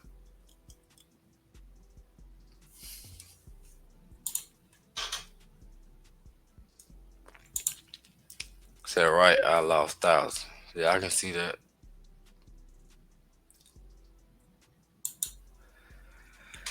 That's because of my two exes. What because of your two exes? That was abusive or what? No, her losing out. Oh, losing the money. Hmm. She said, yeah, a lot of trouble behind the friends. Yup. Hmm. I But want to she's know. one of the people that do, like I've been saying. The theme for the night so far is you treat your friends like their acquaintances and your acquaintances like their friends. Hmm. Uh, she said, yeah, I lost everything. I can see that with that Saturn square Venus in the second house. That's a major loss. Then you got Neptune in the. Did you ever get Let me see. Have you ever got to fighting with your cousins or something, or your siblings, or your neighbors? 'Cause I think I can see that.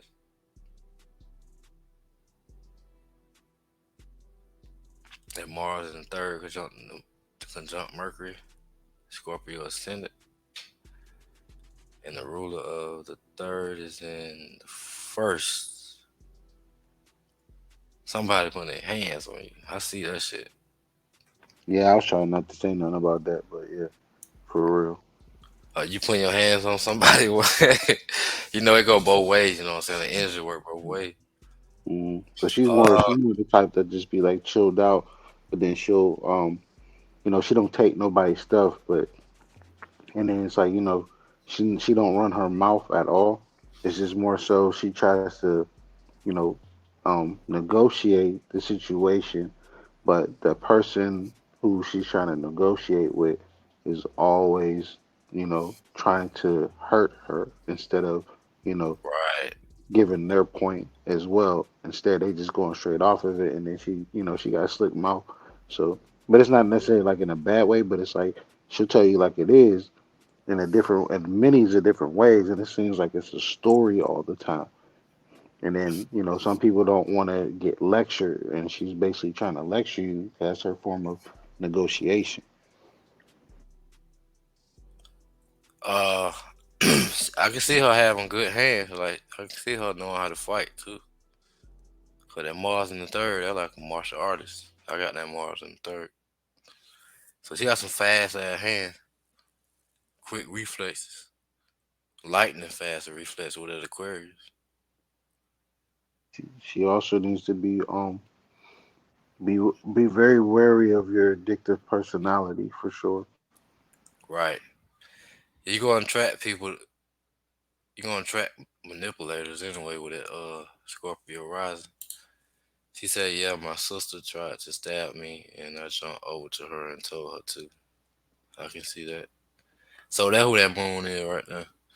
That moon might be your sister.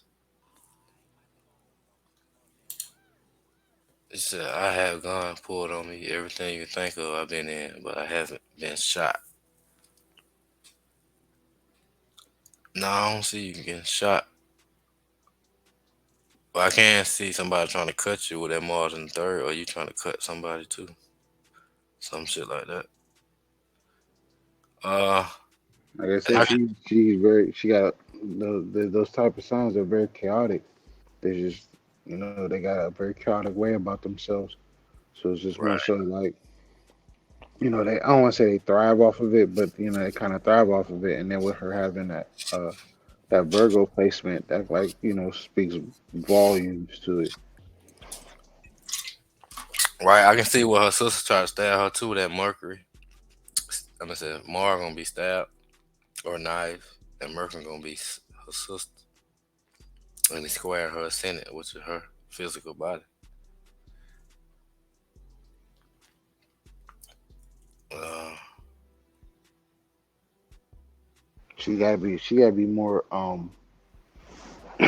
more changing in her lifestyle when it comes, especially doing her health, because like all her changes with this transit is from the second house all the way to the um what is that, the eighth house?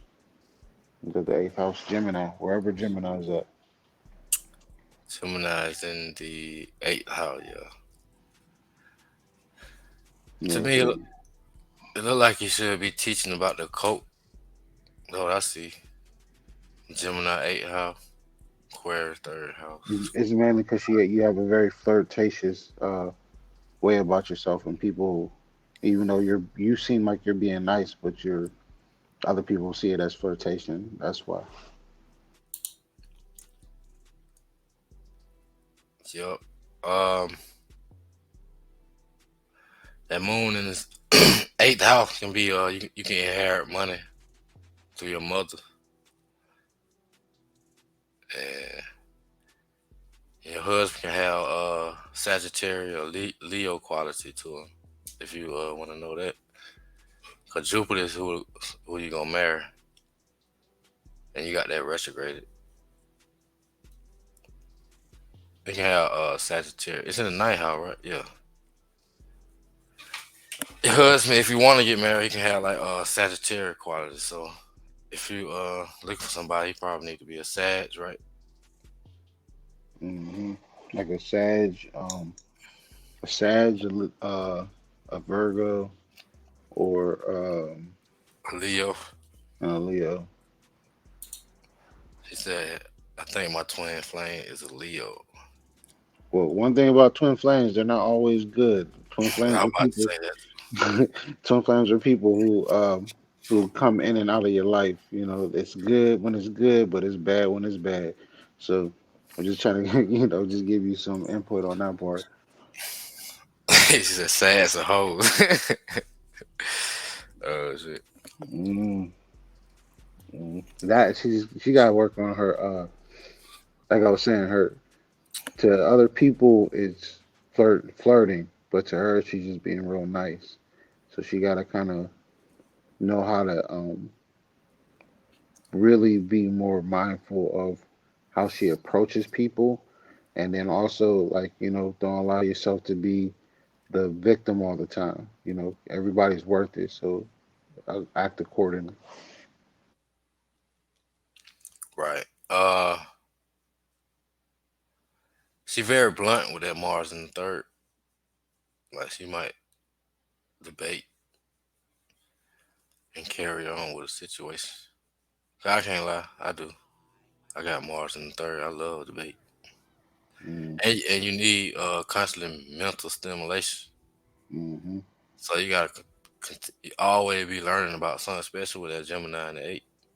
You need to be researching the cult, or teaching about the cult, or learning about the occult, and they're learning in general. Yeah. Let me see what else.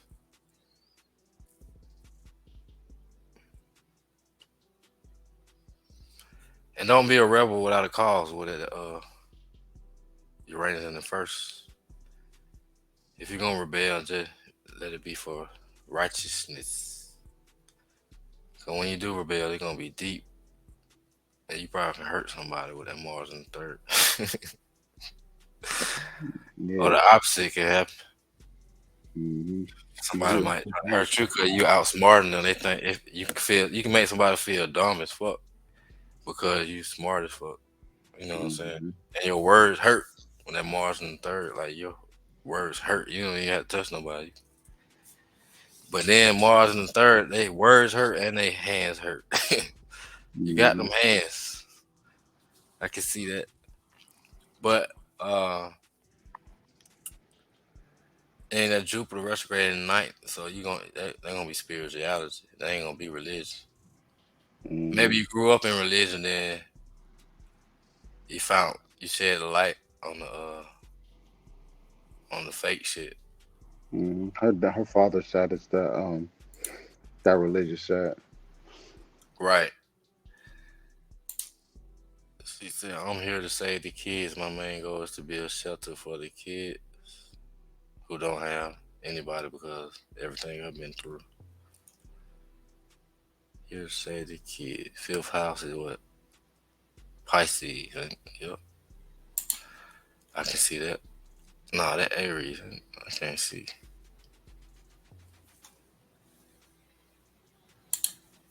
Let me see what the fifth house doing.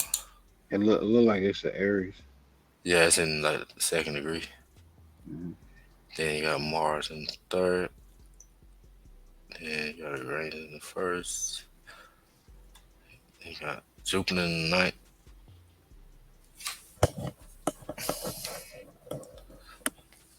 Let me see.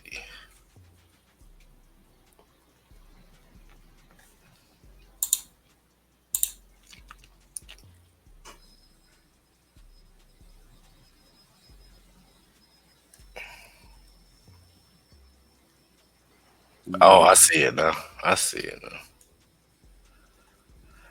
It's gonna be that Jupiter in the ninth and Leo would make you want to help kid. Cause ninth house will be higher self. Jupiter gonna be that Pisces energy, which is charity.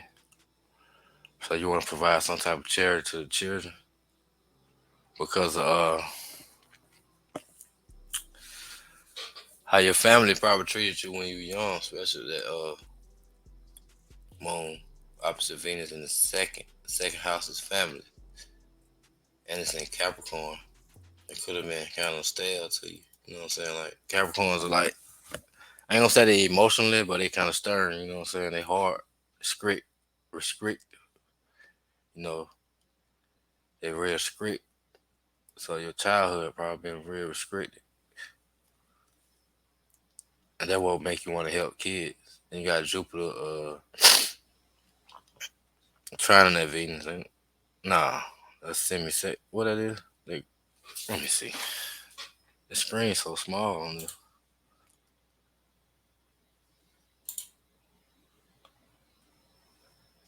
Oh, it's in conjunction. She got Jupiter in conjunct the Venus will make you want to spend some money towards bettering kids living situation. Cause second house gonna be family. I'm trying to see what a house come in at. You got Aquarius in the fourth. That Pisces in the fourth. That's where it at. You got Jupiter in the ninth, Pisces in the fourth. That what? Yeah, I see it now. I was trying to find it.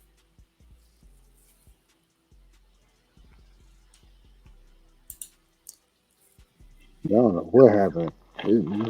Yo, it just like straight just me out. I mean, I'm like, what the hell? Yeah, Yeah, I she got see what you want to help the kids. You got that Jupiter in the ninth, and you got that Pisces in the fourth. So they're building homes for the kids so they can have a better situation. hmm Then you got that Saturn, you got that North Node in the tenth in the Leo degree of Virgo. I'm gonna say 17 degree of Leo in Virgo.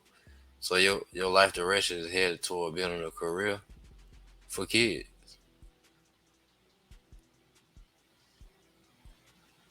But in order for her to do that, she gotta let go of a lot of all that hurt she still got pent up.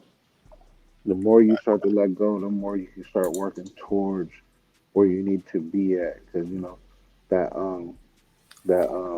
South Node is where all her more so her Capricorn than her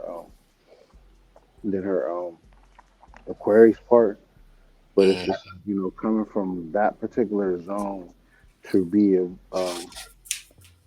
a worthy candidate because people who have that North Node Leo are people who become really very very famous, especially when they let go of a lot of attachments.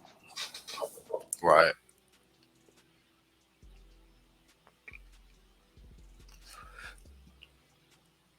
It kind of seems like you should be teaching kids something too.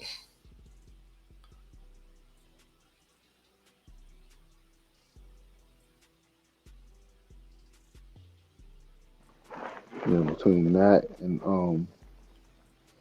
what is it? This is more so she need to start building towards um in the realm of what's that stuff called adoption. Either in that realm or more so working at centers, being more of in a community based setting for children who either have been abused or Mm, children who are being left out in the streets. Teach them how to become better services to the communities of their regions, especially for yourself, because she herself needs to recognize her inner child thoughts is too much on a lot of the pain that she endures. So the more that she goes into pain, the more chaos you're going to get. Why do I say that? Because you have that Cancer moon, or that in a sense Gemini moon, and what you have in that Gemini moon is like if that's not how much.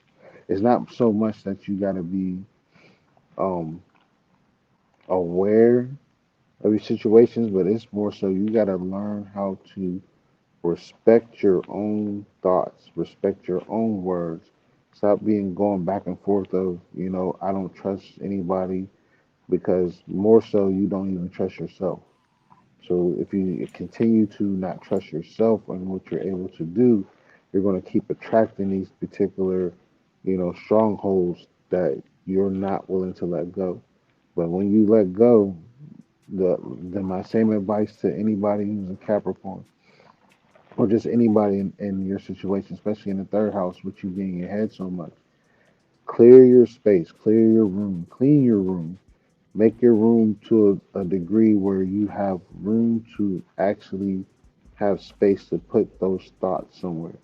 Record yourself talking about certain issues to get yourself into a different level of trusting the world, because you're like how you say a worldly figure. You do too much for others and nobody does enough for you, but you're not realizing that you are the one who keeps using others, because we're doing stuff for you, but you got to be more mindful of how much you pay attention to things. It's always good to learn from experiences, but you don't have to experience everything. Right. And like you said, she got trust issues, especially with that moon and the eight and that Scorpio rise. Kind of hard for her to express her feelings at times. Yeah, I mean it's maybe because of the a lot of the abuse that she endured, and it's understandable. But at the age that you are now, you are your worst enemy at this point. Right, right, right. She said, yep, that's my plan, but I keep getting set back working on my ex's stuff. I think you need to let your exes go and Right? shine your light on your community or whatever. Cause you got that sun in the third that represent community. It's And that part about being alone. That's another part of it. right. Let them go and focus on what you said, the kids. Once you do that, you'll find your husband. Once you start doing things for the kid, cause you got that Jupiter and Leo. Your husband is somewhere dealing with kids. He might have kids already, but you'll find your husband once you start doing what you said. But first, you gotta get the money, cause you got that Jupiter in conjunct Venus, and it's in Capricorn, and you got Saturn in 10th house. You gotta build your way up, but you can get some grants with that moon in 8th house to help you out.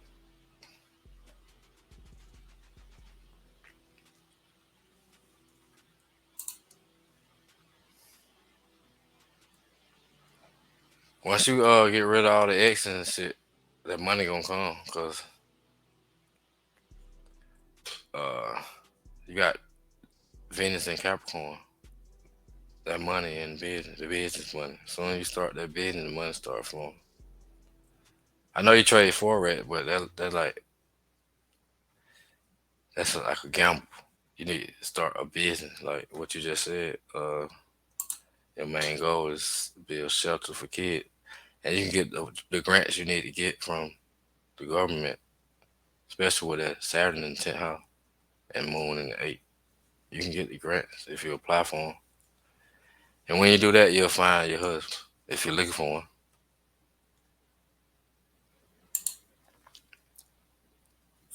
Or you've been singing for 2 years, but I was healing. Oh, okay. You doing what War said. All the trauma still holding you back, but once you release that, you need uh like he said earlier to the other person with the third eye edge. You need a dream. You need a journal, dream journal. Not necessarily a dream journal. Just write. You need to write the problem down because you manifest through writing. Mm-hmm. Learn how to use your other hand. If your If other you hand write it helps down, you, it'll come use the true. other. Or record yourself. That's the Right, other thing I was saying. If you can't use your hand, at least record yourself. Utilize the tools that you have and make the best out of it versus, like I was saying, like making a lot of those excuses. Those excuses can only get you so far. The story of excuses can only get you so far. Those things are something that's dealing with your past. It's time to move past that versus going into the past. right. Cause you can Scorpio energy hold on to the past for 100,000 years. Trust me, I know. I got Scorpio moon put on the first. Some 20 years ago, it seemed like it happened yesterday. But anyway, like he just said, record yourself. You ain't even gotta record yourself. You can just speak. Tell Siri to write it down. You know what I'm saying? You can get you an app where you talk well, they right for you because you got that third house in communication. Talk to the phone, Aquarius, and then you get your app, you just talk, and as it'll write for you. That's what you need to do. Yeah, use the internet and social media to her best degree for sure. Definitely Right, found what she needs by the research. She found us. I know for a fact you'll be able to find exactly what you need if you literally take the time to do it. And then, like I said, that when I was talking about addictive personality, like that's what your addiction is towards. It's towards hurt, because all you know is hurt. And the way that Capricorns deal with with people that they love, they hurt them because that's all they know how to love. Because they've been seen and shown and felt that part of the love, and it's always been in a negative sense. So when they want to love someone, yeah, you're good to them, you do things for that, but you still don't have the ability to allow yourself to be open. And then that part of that openness is more so what I'm speaking on is being more open to yourself. Allow yourself to drain. Take a couple of what is called spiritual baths. Look them up or go buy one. Also, my recommendations for you would be labradorite and garnet or onyx. I'm sorry. You need an onyx pendant or something with onyx, so you can at least not break another limb or so. right. And to program reprogram your subconscious, you're gonna have to first be with at peace, cause your 12th house starts in Libra, the sign of peace. And like he said, it gonna be hard to let go of that hurt, cause you got that Scorpio moon for real, moon in the eight and Scorpio rising. And that Scorpio rising create paranoid, make you think everybody trying to hurt you, which make you manifest. If you think about something too long, it gonna manifest in the flesh. So to reprogram that, I say do what what he just said. Record yourself or find your app where you can talk in the phone and then write down for you go soon. I prefer you write it down because I think if you gotta use your opposite hand, if you had to learn how to, well, I'm sure you can scribble some shit down where you can understand it. But I think the best, your magic gonna come from writing some type of way, or you can speak it into existence too with a third house. Record yourself, yeah, that'll work too, and that'll help reprogram your subconscious and let go of that fear of not being able to provide a stable career. I gotta wait for you to reprogram your subconscious mind. It's called it's basically number counting. You want to test your thought pattern of counting from 0 through 9 and then zero back to zero. So it's like 0, 1, 2, 3, 4, 5, 6, 7, 8, 9, 0, 9, 8, 7, 6, 5, 4, 3, 2, 1. Do that a couple of times, and when you cut yourself on, when you notice that you have stumbled in your thoughts, that particular number that you stopped with is the number that you're need, you know, how you say repairing. That's the part of your brain, the communication between your left brain and right brain. And then seventh is dealing with your seventh house, which is what? Partnership. Right. She said does say anything about living situation. Yeah, so you're a Capricorn, so Capricorns, they live to a certain degree, but when if their home is a mess, then their mind is a mess. So for you, it's just more so you gotta be more, open to how you want your settings. Invite more light. Don't try to be sitting in the darkness all the time. Like I said, you have a very addictive personality, so anything that has um a certain type of hold of you, it's like basically like a drug to you. So you gotta kind of kick certain habits to basically expand yourself. Right. From what I see, let me see. Four house started in Aquarius and Pisces. Uh, I mean, like, what you want to know about this situation? Do you think you need to move or something? Well, I see where you're gonna move a lot anyway. You got Pisces and for Neptune and Sagittarius. They're gonna require you to move a lot right there anyway. So then you got Uranus in the first, so you're gonna be on the move constantly anyway, for real. I'll be put in a position where you got to move. But when you do get situated, you need like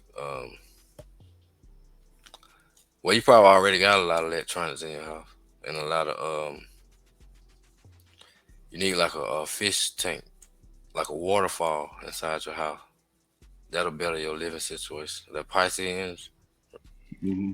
So she got that. Remember, we got the sun, Jupiter, Mercury, Chiron's all in that area of her fourth house. So when it comes to that, us earlier talking, that's the parts of her living situation. nah, we're not saying you're never gonna be stable. It You got to change your mind and change your like you situation. just said, your main goal is to build shelter for kids. You can't be still if you're building shelter for kids because the kids all around the world. Unless you're just gonna focus on your community. But with that Jupiter in the ninth house, that more than the community.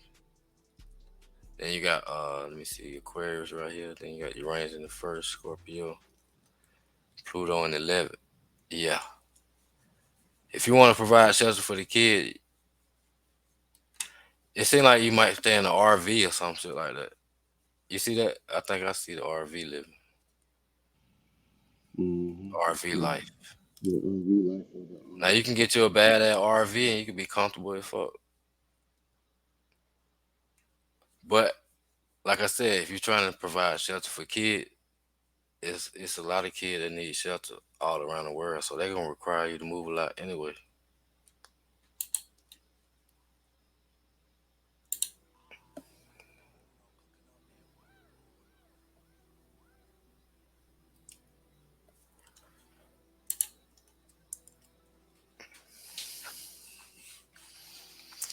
Uh, Sun and Sun third, Uranus in the first.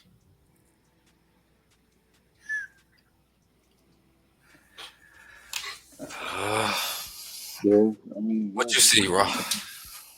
But as far as dealing with our question or her statement, Yeah. well, yeah, it's like you got the sun.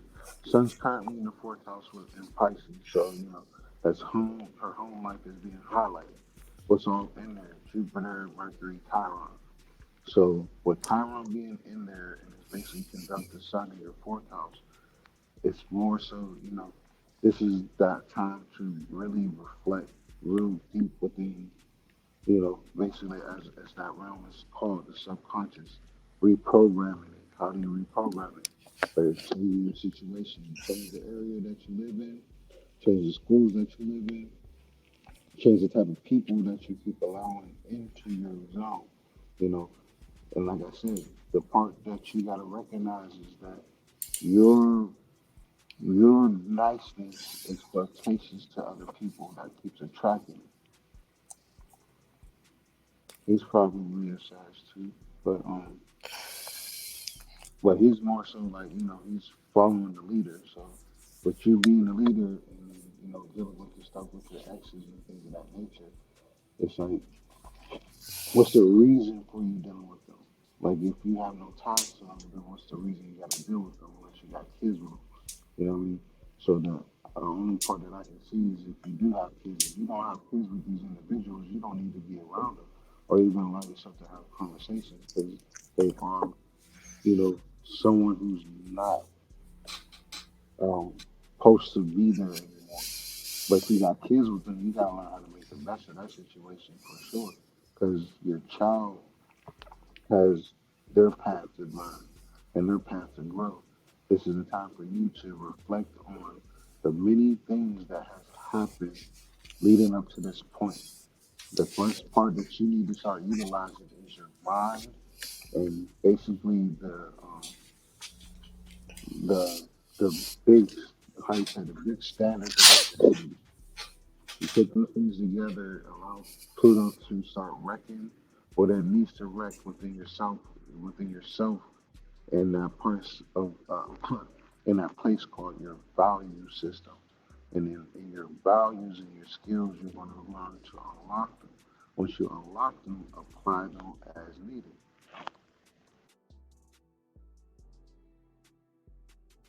Well, that's the only way you allow that to happen. You know what I mean? Like a lot of people don't understand. Like if you have kids with certain people, how's your conversation with them? Because if they're a person who's supposed to be an ex, the only person that they're supposed to be dealing with is the children, but you're probably being too gullible and allowing these people to try to act like they're, you know, your friends when they're only there to hurt you. So if they're not calling, if they're going to call, they need to call and deal with the child. They don't need to be calling you, or you don't need to be giving in unless it's dealing with, certain situations of like, oh, I got to buy something and all this other, et cetera, et cetera. But if you don't have anything or any ties to these individuals, you need to cut them off like you have cut other people off. The only person that, these your children need to deal with is their father, not you. You have no parts in it. If they, start talking all that crazy stuff, then you get a PFA on the ass or something. I don't know. But at the same time, it's you're the reason why these people keep contacting you. You change that aspect of it, and a lot of your world will change. But the thing about that is that what is it that you keep holding on to keep them people around? And that's because you got to sit down and work with yourself. And why would you feel bad for certain reasons that you know you have parts into it? And it's like you can take accountability for the stuff, but at the same time, what is it that you are afraid of? If you're afraid to lose these things, then you're gonna need to reflect on these words, envy and gluttony. You gotta really reflect on that.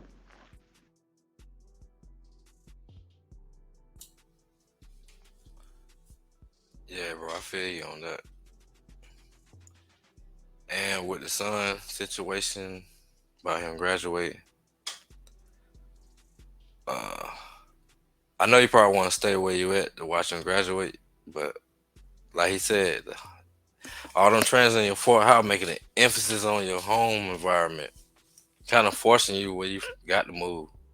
Cause you got Pisces in the fourth, and Pisces represent long distance travel. So you probably in a situation now where you probably got to move where you don't want to because you want your son to graduate. But I can understand that too. He probably want to walk across state himself, but at the same time, if they're gonna better you in his life, I think that'd be the necessary move to take.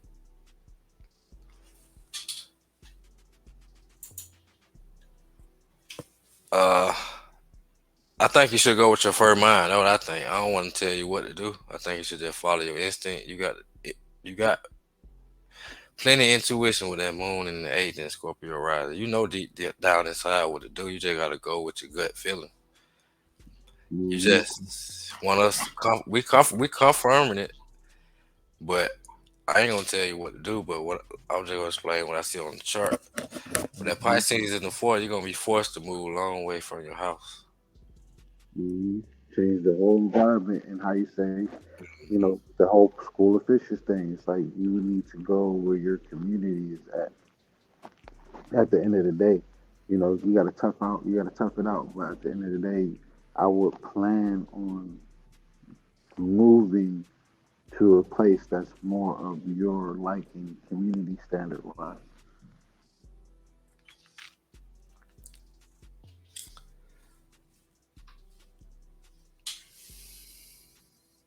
Um, yeah,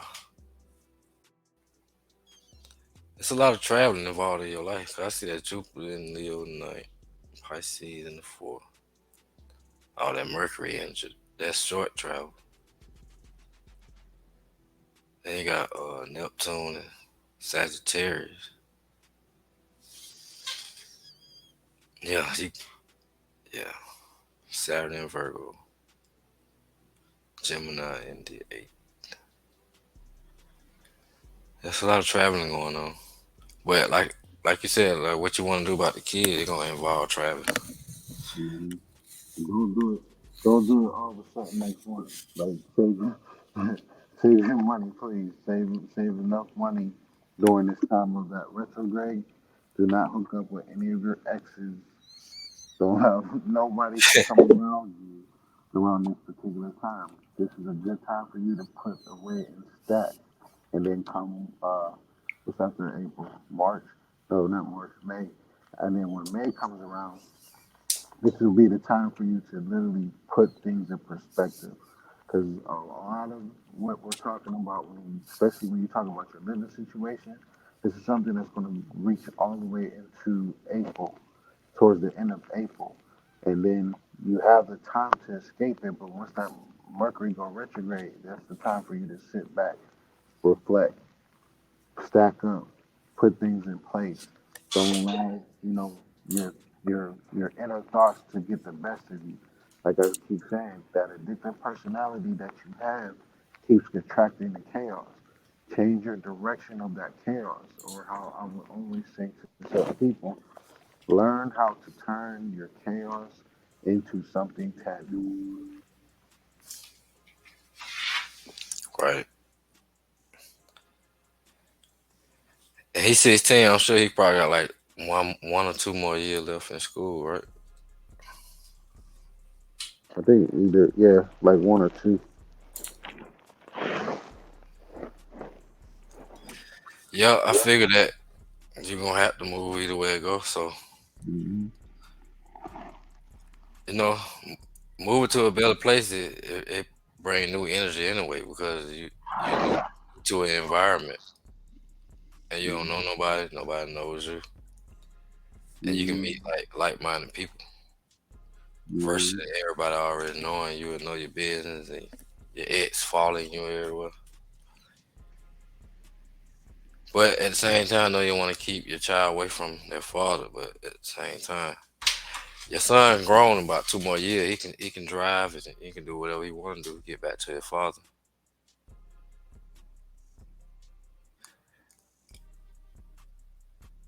But I figure it's gonna be a situation. He has to, but he calls school a scam, so he wants to. Or who calls school a scam? Your son?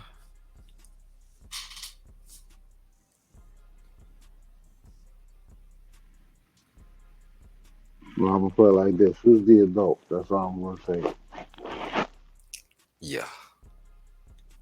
Oh, her son calls school a scam. So more like if he graduate, you think he gonna go to college? Let me see.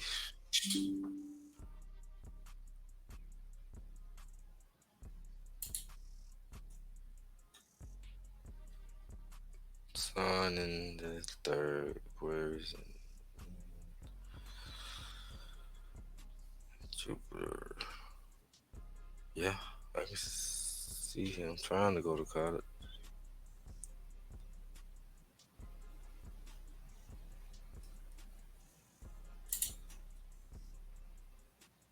Yeah, I can see him trying to go to college. But by the time he get 18 and he find out that it is a scam for real, which school is a fucking scam, he might not want to go anymore. But you probably encourage him. No, he gets money online. Well, then tell him he just need to stick to what he gotta do, and how you say, homeschool himself if need be. That's what I was thinking about homeschool, cause y'all gonna be traveling so much. It seems like y'all gonna be forced to travel anyway, so they gonna Mhm. make it And then where the you kids, have homeschool. and then the kids have the option to do their classes online anyway. So, there's a lot of options out there because this new wave of how we got locked down. These kids have the ability to, how you say, go to school. Our fan Carmen Dottie said homeschool and graduate him today and let him go. Mhm. Road school is a homeschool option, right? That's what I see too, like road, cause you got the third house in Aquarius, that Sun third high Aquarius, that's what he making money on the internet, and that's what he forced to learn and travel on the road. Hmm. Then you got Leo in the ninth house. He's still forced to travel. Jupiter is school too.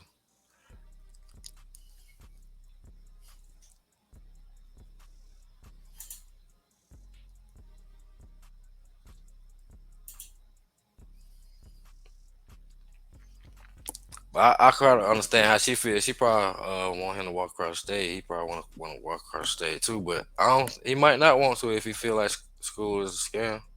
He probably smart enough to know the system already.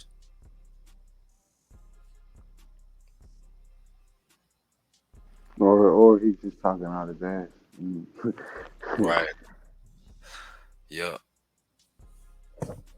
Uh, he might be Aquarius too, or a Mhm. Gemini,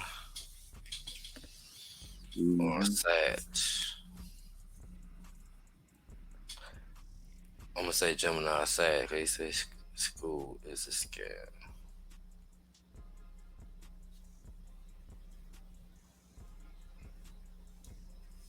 All right. Well, anybody else?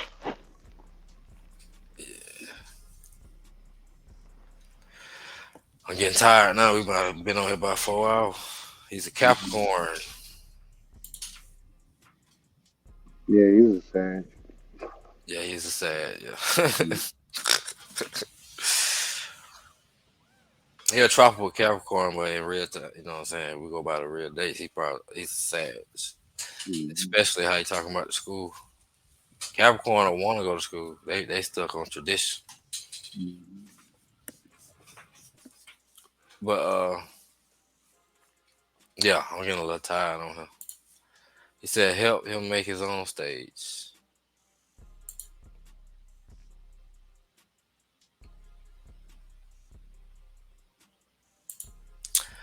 Carmen Dine said if you need homeschool guidance, let her know ASAP. She willing to help you with that.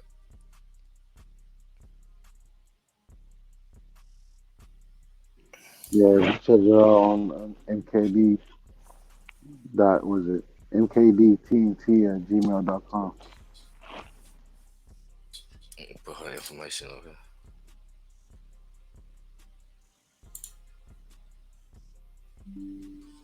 Her information at the bottom of the screen.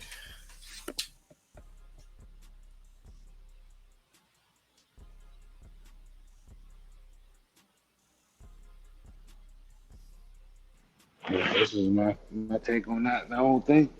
So like I said, if you can go to a store and get a crystal called onyx, right? Get you a onyx or and a what's that thing called obsidian?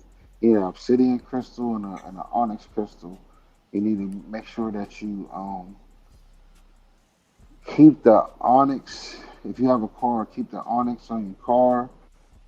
Keep that obsidian on you, and just like hold it in your pocket or wherever place you can put it. Allow that to take on all that beating you've been getting. Also, do me a favor if you get a chance within within the week. I need you to take a white candle and burn it during the time when you see a bright star in the sky. And if it's not actually a star, it's Venus. Give light a candle for Venus for you as for whatever it is that you're looking for that's not of a tangible income wise. It's something that you want to try to let go and something that you want to receive that's not in the form of resources, more so in the sense of clearing your thoughts. You do that, it will make a big difference on this transition that is coming.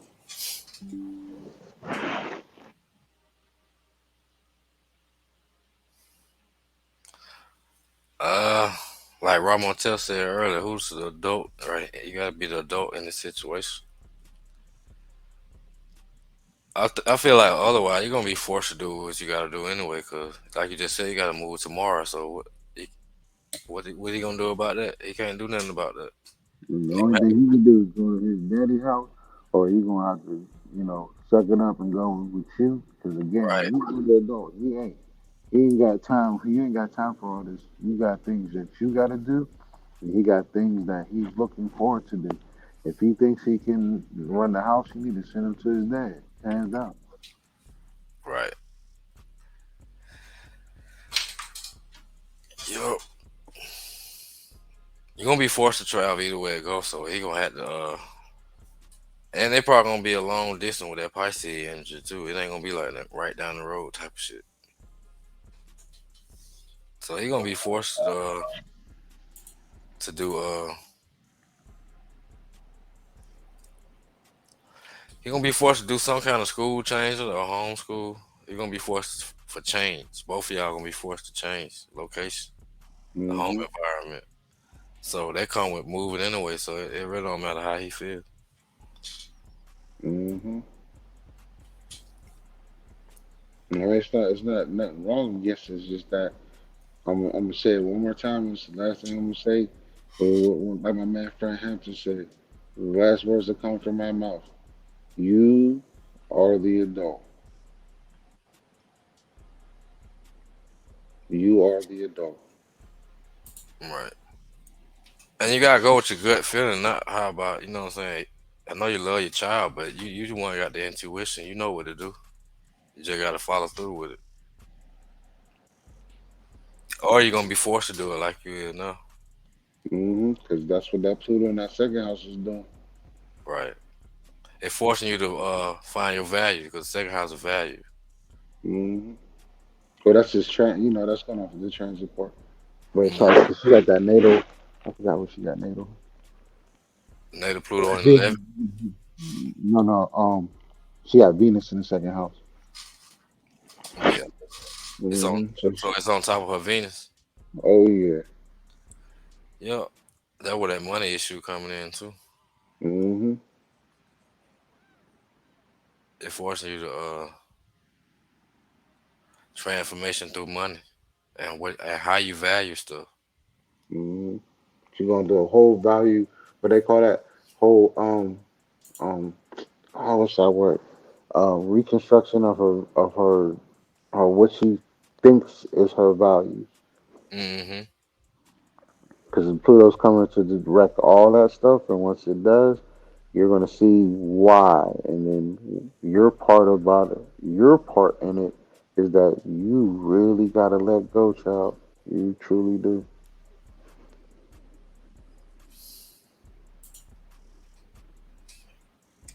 Yeah.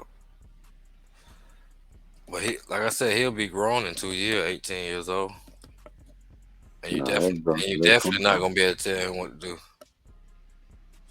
Yeah, But he that's a gonna deep listen to you because brother. you mom though. You got no choice. That's what I'm saying. She gotta be the parent. You're not the best friend. You are the parent. You just got to accept the change. Grabbing it, that change is going to be more of a benefit once he really sees the other side of it. But you know, the way that you probably carry things around, and like I said, you got to learn how to let go.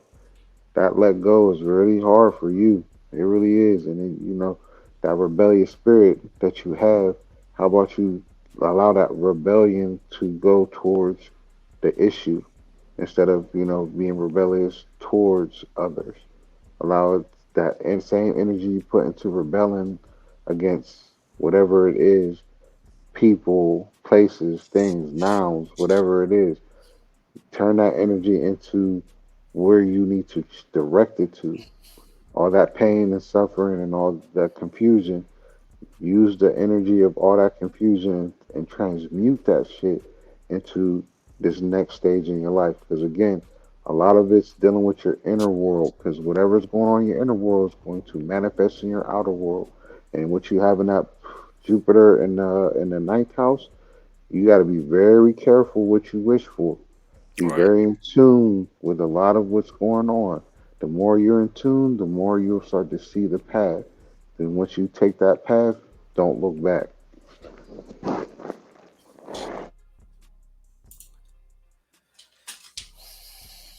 Yeah, this gonna conclude our live natal chart read. I'm getting tired. I got to go. Yeah, I appreciate you. Yes, sir. I appreciate you too, fam. Mhm. We're gonna do Yeah, this again. and I think everybody came in with us and kicked it with us, and conversate on certain issues that we may or be going through now, or something that we need to be working on. But at the end of the day, we'll definitely be back for the people, because that's what we're here to do. Right. We appreciate Karma Dyson stopping by, showing love, Hmm. like always. And we're gonna close out with a fire beat.